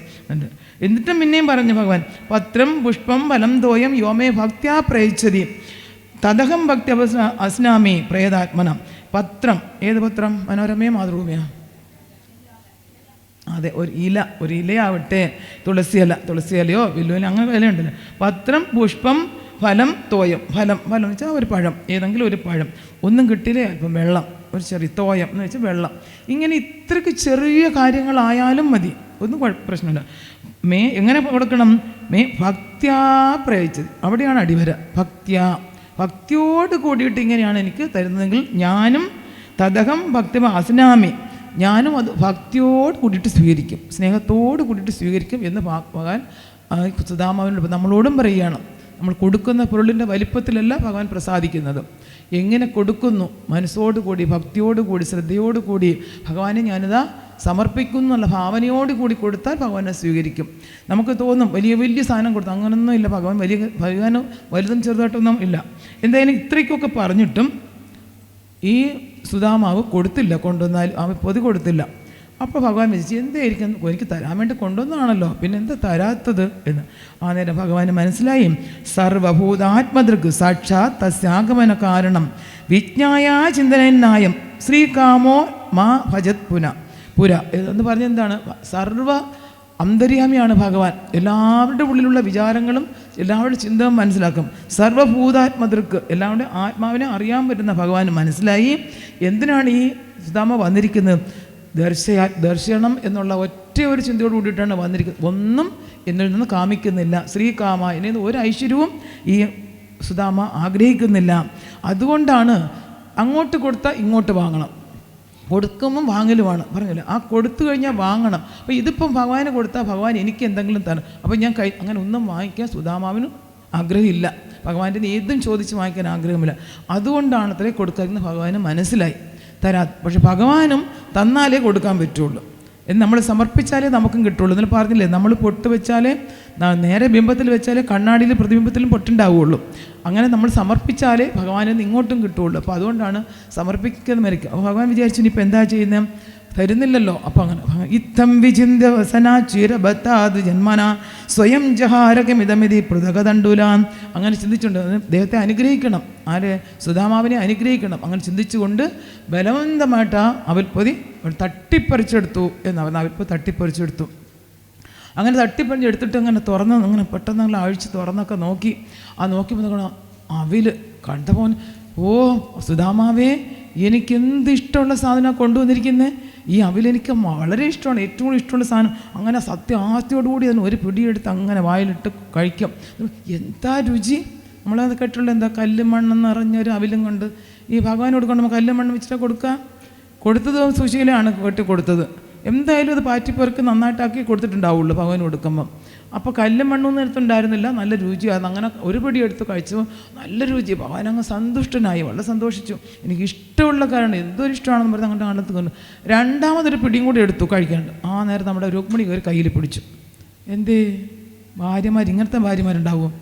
നമ്മളൊക്കെ അങ്ങനെ ഭർത്താവിനെ കൊടുത്ത് കഴിക്കൂ എന്ന് കൊടുക്കുക. ഇത് പറഞ്ഞ് കഴുത്തപ്പം കാണാൻ കയ്യിൽ കയറി പിടിച്ചു. ആണോ? അങ്ങനെയാണോ രുക്മിണി പിടിച്ചത്? രുക്മിണി പറഞ്ഞു, വേണ്ട, ഇപ്പം തന്നെ എല്ലാം കൊടുത്ത് കഴിഞ്ഞു. അങ്ങ് ഒരു പിടി അവലുകൊണ്ട് അതിന് ഇല്ല. രണ്ടാമത്തെ പണിയാണ്. ഒരു തവണയെ കൊടുക്കുള്ളൂ, ഒരു തവണ കഴിക്കുള്ളൂ ഭഗവാൻ. ആ രണ്ടാമത്തെ തവണയാണ് പിടിക്കുന്നത്. ഒരു തവണ ഒറ്റ മാത്രമേ കൊടുക്കുള്ളൂ. ഈ ഒറ്റാമത്തെ തവണ കൊണ്ട് നടക്കുന്നത് ക്യാഷ്ലെസ് ട്രാൻസ്ഫർ. ഇപ്പം മാത്രമല്ല, അത് അന്നേ നടന്നിരുന്നു. ഇവിടെ ഒരു പിടി അവൽ വായിട്ടപ്പോൾ തന്നെ അവിടെ ബിൽഡിംഗ് പണി തുടങ്ങി. എവിടെ? സുദാമാവിൻ്റെ നാട്ടിൽ ബിൽഡിംഗ് പണിയൊക്കെ തുടങ്ങിക്കഴിഞ്ഞു. ഇവിടെ എല്ലാം വെച്ചിട്ട് അത്രയ്ക്കും അത് നേരെയൊന്നും ആയിരുന്നില്ല അന്ന്. അങ്ങനെ ഇപ്പം നമ്മൾ വിചാരിക്കും ഇപ്പോഴതൊക്കെ കണ്ടുപിടിച്ചതെന്നാ, ഏത് ക്യാഷ്ലെസ് എന്നൊക്കെ പറഞ്ഞ് കണ്ടുപിടിച്ചതെന്നാ. ഒന്നുമല്ല, അന്നേ നടന്നു. അപ്പം ഇനിയും എടുത്ത എന്താ രുക്മിണി പറഞ്ഞു, ഇനിയിപ്പോൾ ഞാൻ സുദാമനെ വീട്ടിൽ ജോലിക്കാരിയായിട്ട് പോകേണ്ടി വരും. സ്വത്ത് കംപ്ലീറ്റ് സമ്പത്ത് അങ്ങോട്ട് പോകും. അതുകൊണ്ട് അത്രയ്ക്ക് ഭഗവാന്റെ അനുഗ്രഹത്തിൻ്റെ വലിപ്പം പറയുകയാണ്. അങ്ങോട്ട് പോകും. അതുകൊണ്ട് രുക്മിണി അത് കഴിക്കാൻ പറ്റില്ല. അപ്പോൾ ഭഗവാൻ ശരി, ഓക്കെ, എന്നാൽ എല്ലാവർക്കും കൊടുത്തു നോക്കൂ എന്ന് ഭഗവാൻ അങ്ങോട്ട് 1-2 പേരല്ല, കുറേ പേര് വരില്ലേ കൊടുക്കാനായിട്ട്. കൊടുത്തു കഴിഞ്ഞാൽ തികയില്ല, ഒരു പിടി ആവില്ല. എന്തായാലും ഞാൻ കൊടുക്കാൻ പോകാൻ കൊടുത്തു. അങ്ങനെ കൊടുത്ത അത് ഭഗവാൻ. എന്നിട്ട് രാത്രിയിൽ സുദാമാവോടെ കിടന്ന് ഉറങ്ങി. അതിരാവിലെ കൃഷ്ണനൊന്ന് ഉണരുന്നതിന് മുമ്പേ പുറപ്പെട്ടു. ആര്? ഈ സുദാമ പുറപ്പെട്ടു. അതായത് അവൽ കൊടുത്തു. ഇനി എന്തെങ്കിലും ഭഗവാൻ തന്നാൽ അത് വാങ്ങിക്കണമല്ലോ എന്നുള്ള വാങ്ങിക്കണ്ടെന്ന് മനസ്സിൽ കരുതിക്കൊണ്ട് അദ്ദേഹം ഇറങ്ങിപ്പോയി. പോയ അതേ വേഷത്തിൽ, വസ്ത്രം പോലും മാറിയിട്ടില്ല, അതേ തൊപ്പിക്കൊടയായിട്ടാണ് തിരിച്ചു പോകുന്നത്. സാധാരണ കൃഷ്ണൻ്റെ വീട്ടിലൊക്കെ പോയിട്ട് വരുമ്പോഴത്തേക്ക് ആൾക്കാർ ചോദിക്കില്ലേ എന്താ കിട്ടിയെന്ന്, അല്ലേ? തീർച്ചയായിട്ടും ഇവർക്ക് വലിയോട് വീട്ടിൽ അവരെന്താ തന്നേ എന്ന് ചോദിക്കില്ലേ? അതുകൊണ്ട് അതാരും അങ്ങനെ പലരും ചോദിച്ചാൽ ഒന്നും പറയാനില്ല, ഒന്നും കിട്ടിയില്ല എന്ന് പറയാനും പറ്റില്ല. അങ്ങനെ നടന്ന് നമ്മുടെ ബ്രാഹ്മണൻ, അത് ഈ ജലബ്രാഹ്മണൻ നടന്നു പോയി. പോകുന്ന വഴിക്കിൽ അദ്ദേഹം ആലോചിച്ചു, എന്തുകൊണ്ടായിരിക്കും ഭഗവാൻ എനിക്കൊന്നും തരാതിരുന്നത്? വേണ്ട എങ്കിലും സാധാരണ കൊടുക്കുന്ന ഒരു ശീലം ഉണ്ടല്ലോ, എവിടെയെങ്കിലും പോയി കൊടുക്കുമല്ലോ. എന്തുകൊണ്ടായിരിക്കും ഭഗവാൻ എനിക്കൊന്നും തരാതിരുന്നത്? അദ്ദേഹത്തിന് മനസ്സിലായി. അധനോയം ധനം പ്രാപ്യ മാദ്യന്നു ചേർന്നമാം സ്മരേത് ഇതി കാരുണികോ നൂനം ധനം മേ ഭൂരിനാഥദാത്. എന്നോടുള്ള കരുണ കൊണ്ട്, എന്നോട് അത്രയ്ക്കും കരുണയാണ് ഭഗവാൻ, കാരുണ്യം കൊണ്ടാണ് എനിക്കൊന്നും തരാതിരുന്നത്. ഇനി ഇപ്പോൾ ഭഗവാന്റെ പരമഭക്തനാണ്. ഈ ധനമെല്ലാം കൂടെ കൊടുത്തു കഴിഞ്ഞാൽ എന്താകും? അഹങ്കാരം കയറും, ഭക്തിയൊക്കെ പോകും. ഞാൻ വേറെ മോശമായിട്ട്, അതായത് ഞാൻ എൻ്റെ അധപ്പതനം ഉണ്ടാവും. അങ്ങനെ കരുതിയിട്ടാണ് ഭഗവാൻ എന്നോടുള്ള കരുണ കൊണ്ടാണ് എനിക്കൊന്നും തരാതിരുന്നതെന്ന് അദ്ദേഹം ചിന്തിച്ചു. അതുകൊണ്ട് തന്നെയായിരിക്കും എനിക്കൊന്നും തരാതിരുന്നത്. അങ്ങനെ സന്തുഷ്ടനായിട്ടാണ് ശരിക്കും പോകുന്നത്. പക്ഷെ പോകുന്ന വഴിക്ക് പിന്നെ അദ്ദേഹത്തിന് ഓർമ്മ വന്നു, ഞാൻ എന്തിനാണ് വന്നേ? നമ്മുടെ ഭാര്യ സുശീല ഒന്ന് പോയിട്ട് വാ എന്ന് പറഞ്ഞപ്പോഴാണ് വന്നത്. ഭാര്യയ്ക്ക് ആഗ്രഹമുണ്ട്, എന്തെങ്കിലുമൊക്കെ കിട്ടണമെന്ന് ആഗ്രഹം ഉണ്ടായിരുന്നു. അവിടെ പിന്നെ ഇപ്പം എന്താ പറയുക, ഞാൻ കൃഷ്ണനോടൊന്നും ചോദിച്ചില്ല, കൃഷ്ണനൊന്നും തന്നില്ല എന്നൊക്കെ എങ്ങനെയാണ് പറയുക എന്നുള്ള ചിന്ത, അങ്ങനെ ആ ഒരു ചിന്തയിൽ ആലോചിച്ചുകൊണ്ട് ഇങ്ങനെ നടന്ന് വന്നപ്പോൾ കാണാം എനിക്ക് സ്ഥലം തെറ്റിയോ. വലിയ ബംഗ്ലാവ്, റോഡൊക്കെ നല്ല ടാറിട്ട നല്ല റോഡുകൾ, അടുത്തുള്ള വീടുകളിലൂടെ ബംഗ്ലാവുകളായിരിക്കുന്നു. സ്ഥലം മാറിപ്പോയോ എനിക്ക് സ്ഥലം തെറ്റിയോ. അദ്ദേഹം ചുറ്റും നോക്കി. ഞാനിനി നടന്ന് ചിന്തിച്ച് തിരിച്ച് ദ്വാരകൾ തന്നെ എത്തിയോ വീണ്ടും എന്ന് വെച്ചാൽ അതേപോലെ കൊട്ടാരമാണ് ഇവിടെ കാണുന്നത്. അങ്ങനെ അദ്ദേഹം അന്തിച്ച് നിൽക്കുന്ന സമയത്ത് ബ്രഹ്മൻ എന്നൊരു വിളി. എന്തെങ്കിലും അയ്യോ ഇതെൻ്റെ സുശീലയുടെ ശബ്ദമാണല്ലോ, എൻ്റെ സുശീലയുടെ വിളിക്കുകയാണല്ലോ എന്നും തിരിഞ്ഞു നോക്കിയപ്പോൾ എന്താ സർവാംഗ സുന്ദരിയായിട്ടൊരു സ്ത്രീ നിൽക്കുന്ന. നോക്കിയെന്നല്ല, മുഖം ആരുടേതാണ്? സുശീലയുടെ മുഖം. പക്ഷെ പട്ടുവസ്ത്രവും ആഭരണവും ഒക്കെ ധരിച്ച് നിൽക്കുന്നുണ്ട്. ഇതൊക്കെ എവിടുന്ന് കിട്ടി? പോകുമ്പോൾ വെച്ചിട്ട് വസ്ത്രം പോലും കീറിയ വസ്ത്രം ഉണ്ടായിരുന്നുള്ളൂ ഉടുക്കാനായിട്ട്. അപ്പോൾ ഇത് എവിടുന്ന് കിട്ടി? ചോദിച്ചു, ഇത് എന്താ സംഭവം? ഒന്നും എനിക്കറിയില്ല, ഞാൻ രാത്രി കിടന്ന് ഉറങ്ങി കഴിഞ്ഞപ്പോഴത്തേക്കാണ് ഉറങ്ങി ഉണർന്നേ എനിക്കറിയുന്നത്. അപ്പോൾ കാണാൻ വലിയ ബംഗ്ലാവും, ഞാൻ ചന്ദനക്കട്ടിലാണ് കിടക്കുന്നത്. കുറേ പണിക്കാരികൾ, കുളിക്കാൻ ചൂടുവെള്ളം വേണോ തണുപ്പുവെള്ളം വേണോ ചോദിക്കാണ്ട് കുറേ പരിചാരികൾ അടുത്ത്. അപ്പോഴാണ് ഞാൻ നോക്കിയത് ഇവരൊക്കെ ആര് എന്ന് ചോദിച്ചത്. മറ്റൊരാളൊന്ന് ബ്രേക്ക്ഫാസ്റ്റിന് എന്ത് പണി, ഇഡ്ഡലി വേണോ ദോശ വേണോ വട വേണോ എന്നൊക്കെ ചോദിച്ചിട്ട് പറഞ്ഞു. എല്ലാവരും എൻ്റെ പിന്നാലെ പട്ടുവസ്ത്രമൊക്കെ എടുത്ത് കാത്തിരിക്കുന്നു. എനിക്കൊന്നും അറിയില്ല, എന്താ സംഭവിച്ചതൊന്നും അറിയില്ല എന്ന് പറഞ്ഞു. അപ്പോഴാണ് ഭഗവാനും നമ്മുടെ സുധാമാവനും മനസ്സിലായി ഭഗവാന്റെ ലീല, ഭഗവാന്റെ കളി. ഭഗവാനാണ് ഒരു വാക്ക് മിണ്ടാതെ, ഭഗവാൻ എല്ലാം കൊടുത്തിരിക്കുന്നു, എല്ലാമേ കൊടുത്തിരിക്കുന്നു. കുബേരനേക്കായി വലിയ പണക്കാരനായെന്നാണ് പറയുന്നത് ആര്? സുധാമാവ്. അതേപോലെ അദ്ദേഹം അതെല്ലാം കണ്ടു കഴിഞ്ഞപ്പം അദ്ദേഹത്തിന് വളരെ പ്രീതനായത് മാത്രമല്ല സങ്കടം വന്നു. ഇതെല്ലാം കണ്ടിട്ട് ചിലപ്പോൾ മതിമറന്നു പോകും ആൾക്കാർ. ഈ അല്പന ഐശ്വര്യം വന്നാൽ അത് നമുക്കറിയാം. അങ്ങനെ പഠിക്കുന്നതാണ്. ഇനി അങ്ങനെ ഇത്രയും നാൾ ദാരിദ്ര്യത്തിലായിരുന്നു ജീവിച്ചത്. ഇപ്പോൾ പെട്ടെന്ന് പോയിട്ട് ഇങ്ങനെ പണക്കാരനായി കഴിഞ്ഞാൽ തീർച്ചയായിട്ടും ഒരു സംരംഭം ഉണ്ടാകുക തന്നെ ചെയ്യൂലേ. അതുകൊണ്ടാണ് പ്രാർത്ഥിക്കുകയാണ്, തസ്യൈവമേ സൗഹൃദ സഖ്യമൈത്രീം ദാസ്യം പുനർജന്മനി സ്യാദ് മഹാനുഭാവേന ഗുണാലയേന വിഷസിതത് പുരുഷപ്രസംഗാം. തസ്യൈവമേ സൗഹൃദ സഖ്യമൈത്രീം ദാസ്യം പുനർജന്മനി സ്യാദ്. ഇനി ഇത്രയൊക്കെ എന്തൊക്കെ എനിക്ക് കിട്ടിയാലും അങ്ങയുമായിട്ടുള്ള സഖ്യത്തിനോ ആ സൗഹൃദത്തിനോ മൈത്രിക്കോ എൻ്റെ ദാസഭാവത്തിനോ ജന്മാന്തരം ഒരു മാറ്റവും വരാൻ പാടില്ല. ഞാൻ ഇങ്ങനെ തന്നെ ഭഗവാന്റെ ദാസനായിട്ട് എന്നും ഞാൻ ഉണ്ടാകണം, എനിക്കൊരു മാറ്റവും വരാൻ പാടില്ല എന്ന് പ്രാർത്ഥിക്കുക. എനിക്ക് എന്താ വേണ്ടുന്നത്? മഹാനുഭാവേന ഗുണാലേന, അങ്ങയുടെ ഗുണങ്ങളെ കീർത്തിക്കുന്ന സജ്ജനങ്ങളുമായിട്ടുള്ള സത്സംഗം വേണം. അതാണ് ആ നേരത്തിൽ അത്രയും സമ്പത്ത് വന്ന സമയത്ത്, കുബേരനെ പോലെ സമ്പത്ത് വന്ന സമയത്ത് സുധാമാവ് പ്രാർത്ഥിക്കുന്ന പ്രാർത്ഥനയാണ്.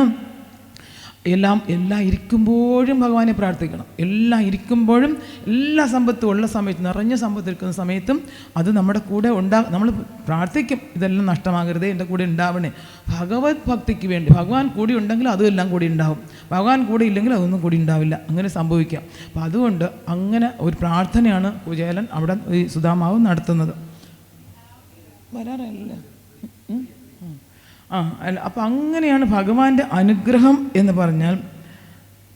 ഈ ഭഗവാന്റെ അനുഗ്രഹത്തിന് ഒരു ചെറിയ കഥ കൂടെ പറഞ്ഞു നിർത്താം. നമ്മുടെ ഇവർ ഒന്ന് ഒരുങ്ങി വരട്ടെ. നമ്മുടെ കൃഷ്ണനും രുക്മിണിയൊക്കെ വരാനുണ്ട്. ഒരിക്കലും കൃഷ്ണനും അർജുനനും കൂടെ ഇങ്ങനെ ചുറ്റി സഞ്ചരിക്കാനൊക്കെ നാട്ടിൽ വന്നു അത്ര. അപ്പോൾ ഒരു ദരിദ്രനായ ഒരു പാവപ്പെട്ട ഒരു മനുഷ്യനെ കണ്ടു, ഒരു കുടിലിൽ താമസിക്കുന്ന ഒരാളെ കണ്ടു. അർജുനന് വല്ലാത്തൊരു വിഷമം തോന്നി. എന്ത് പാവമായിട്ടൊരാൾ എന്ത് ചെയ്തു? തൻ്റെ ഒരു പണക്കിഴി കൊടുത്തു അദ്ദേഹത്തിന്. ഇത് കൊണ്ടുവച്ച് ജീവിക്കാൻ വേണ്ടി പണക്കിഴി കൊടുത്തിട്ട് പോയി. കൃഷ്ണൻ ഒന്നും മിണ്ടിയില്ല. കൃഷ്ണൻ്റെ മുന്നിലാണ് കൊടുത്തത്, പക്ഷെ കൃഷ്ണൻ ഒന്നും മിണ്ടിയില്ല. പോയി അവർ കുറേ നാൾ കഴിഞ്ഞിട്ട് വീണ്ടും ആ സ്ഥലത്തോട്ട് വരാൻ നോക്കിയപ്പോൾ കാണാം ആ ആളിൻ്റെ അവസ്ഥ ഇന്നും ദയനീയമായിരിക്കുന്നു. അപ്പോൾ കുടിലിനേക്കായി മോശമായിട്ട് അത് വീണ് പോകുന്ന മാതിരി ഇരിക്കുകയാണ്.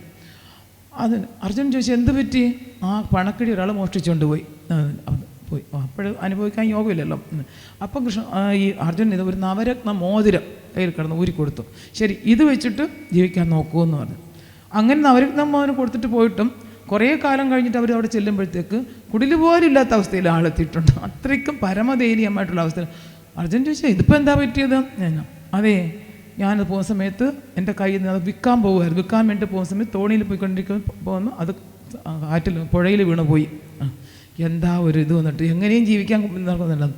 ആ നേരത്തിൽ കൃഷ്ണനെ ഒന്ന് നോക്കി. അപ്പോൾ കൃഷ്ണൻ അപ്പോഴൊന്നും മിണ്ടുന്നില്ല. കൃഷ്ണൻ എന്ത് ചെയ്ത് ഒരു വെള്ളി നാണയം എടുത്ത് ഈ ആൾക്ക് കൊടുത്തു. അർജുനൻ വിചാരിച്ചു, ഒരു പണക്കിഴി കൊടുത്തിട്ട് രക്ഷപ്പെട്ടില്ല, നവരത്നമോരം കൊടുത്തിട്ട് രക്ഷപ്പെട്ടില്ല, ഇനി ഒരു വെള്ളി നാണയത്തിൽ രക്ഷപ്പെടാൻ പോകുന്നത്, എന്നാലും ഒന്നും മിണ്ടിയില്ല എന്തായാലും. എന്നിട്ട് ഭഗവാൻ പറഞ്ഞു മത്സ്യം വാങ്ങി വിൽക്കൂ എന്ന് പറഞ്ഞിട്ട് ഭഗവാൻ പോയതും. അങ്ങനെ അവർ പോയി. കുറേ കാലം കഴിഞ്ഞതിന് ശേഷം ഈ അർജുനൻ ആ ഭാഗത്ത് വരികയാണ്. വന്ന് നോക്കുമ്പോൾ വലിയ ബംഗ്ലാവ്, കാറ് അതൊക്കെ എടുത്തിട്ട് പണക്കാരനായിട്ടൊരാളിരിക്കുന്നത് ഈ മനുഷ്യൻ തന്നെയാണ്. ഈ ദാരിദ്ര്യം എങ്ങനെ ഇങ്ങനെ സംഭവിച്ചത്? ഇങ്ങനെ ഒരു വെള്ളിക്കാശിനെ കൊടുത്തിട്ടുള്ളൂ എന്നത്. അപ്പോഴാണ് പറഞ്ഞത്, അതെ ഞാൻ ഈ പുഴയിൽ പോയിന്ന് പറഞ്ഞല്ലോ, ഭഗവാൻ പറഞ്ഞില്ലേ മത്സ്യം വാങ്ങി വിൽക്കൂന്ന്.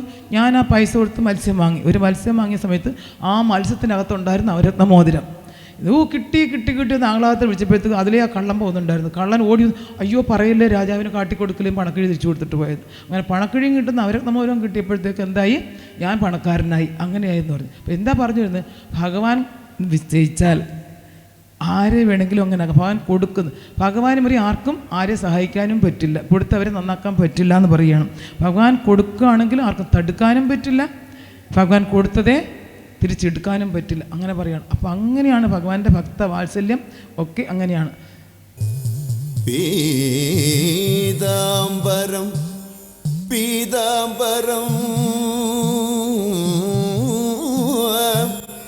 പീതാംബരം കരവിരാജിതം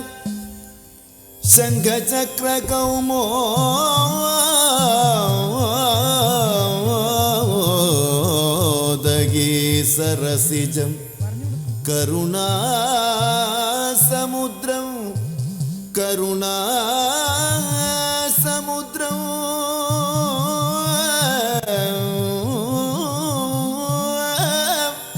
കരുണാസമുദ്രം രാധാ സഹായം അതിസുന്ദരമന്ദഹാസം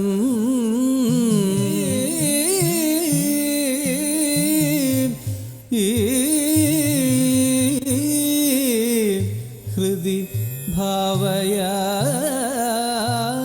ഭാവയാമി.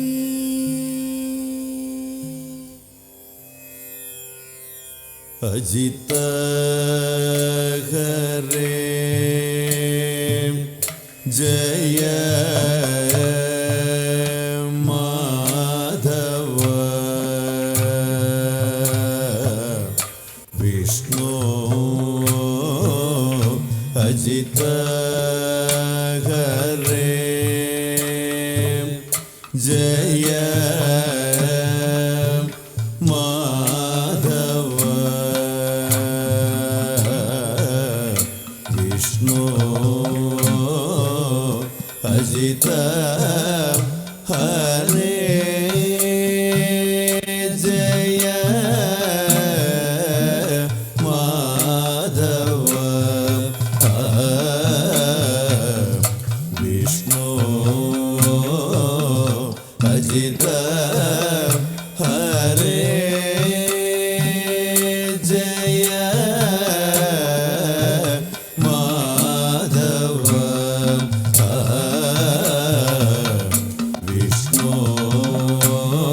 വിഷ്ണു അജിത ഹരേ ജയ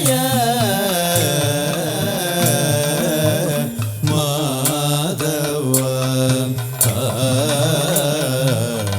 വിഷ്ണു അജിത ഹരേ ജയ മാധവ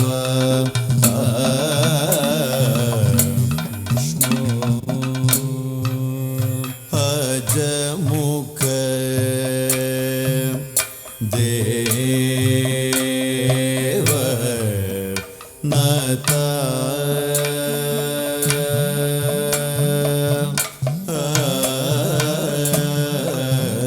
അജമുഖ ദേവ നത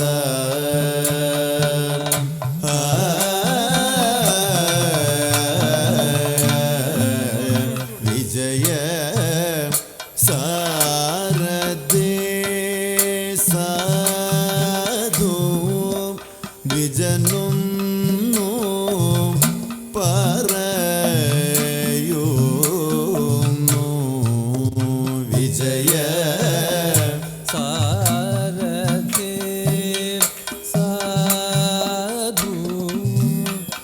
സുജനു പറയുന്നു. വിജയ സാരഥേ സാധു ദ്വിജനോ പറയുന്നു. വിജയ ദ്വിജനു പറയുന്നു. സുജന സംഗമ മേറ്റം സുകൃത നിവക സുലഭ മദനു നിയതം സുജന നിയതം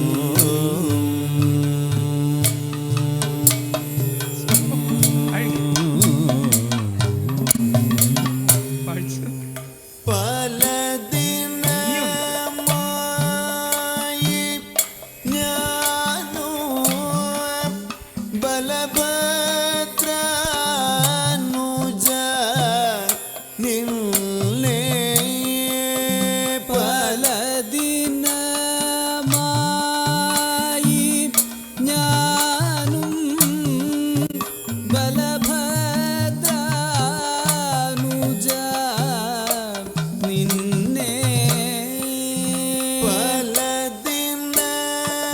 പലദിനമായി ഞാനെ പലദിനമായി ഞാനും ബലഭദ്രാനുജ നിന്നെ നിന്നെ നലമൊടു കാൺമതിൽനോ കളിയല്ലേ രുചിക്കുന്നു നിന്നെ നലമുടു കാൺമതിന്നു കളിയല്ലേ രുചിക്കുന്നു. കാല വിഷമോ കൊണ്ടു കാമോ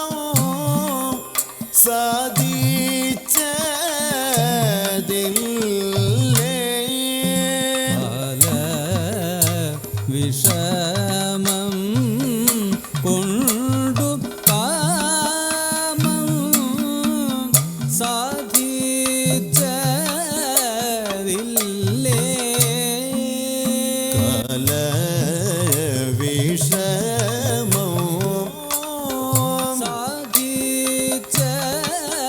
സാധിച്ചതില്ലേ. നീല നീര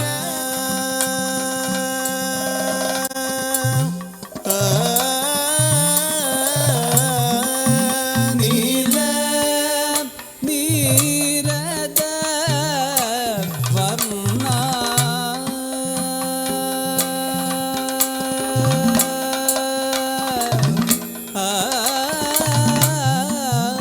നീല നീരദ വർണ്ണമൃദുല കമല രുചിര നയന നൃഹരേ നീ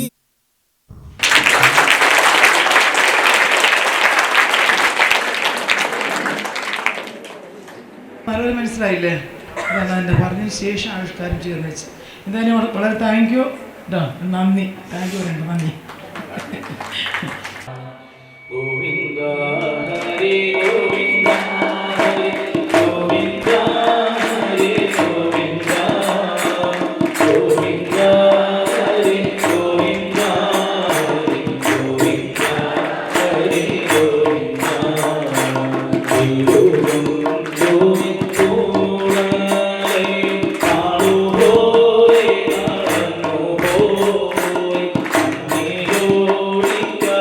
ോ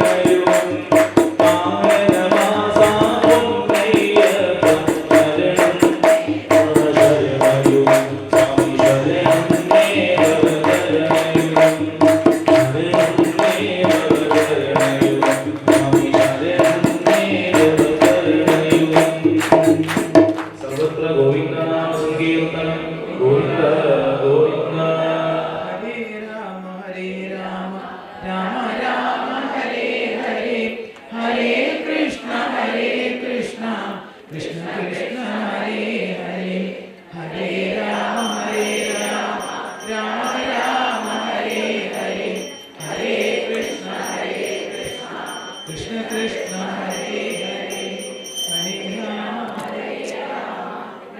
രാമ ഹരേ ഹരേ ഹരേ കൃഷ്ണ കൃഷ്ണ കൃഷ്ണ ഹരേ. എന്നാൽ സർവത്ര ഗോവിന്ദനാമ സങ്കീർത്തനം ഗോവിന്ദ ഗോവിന്ദ. വഴിപാടൊന്നും അറിയിക്കണം.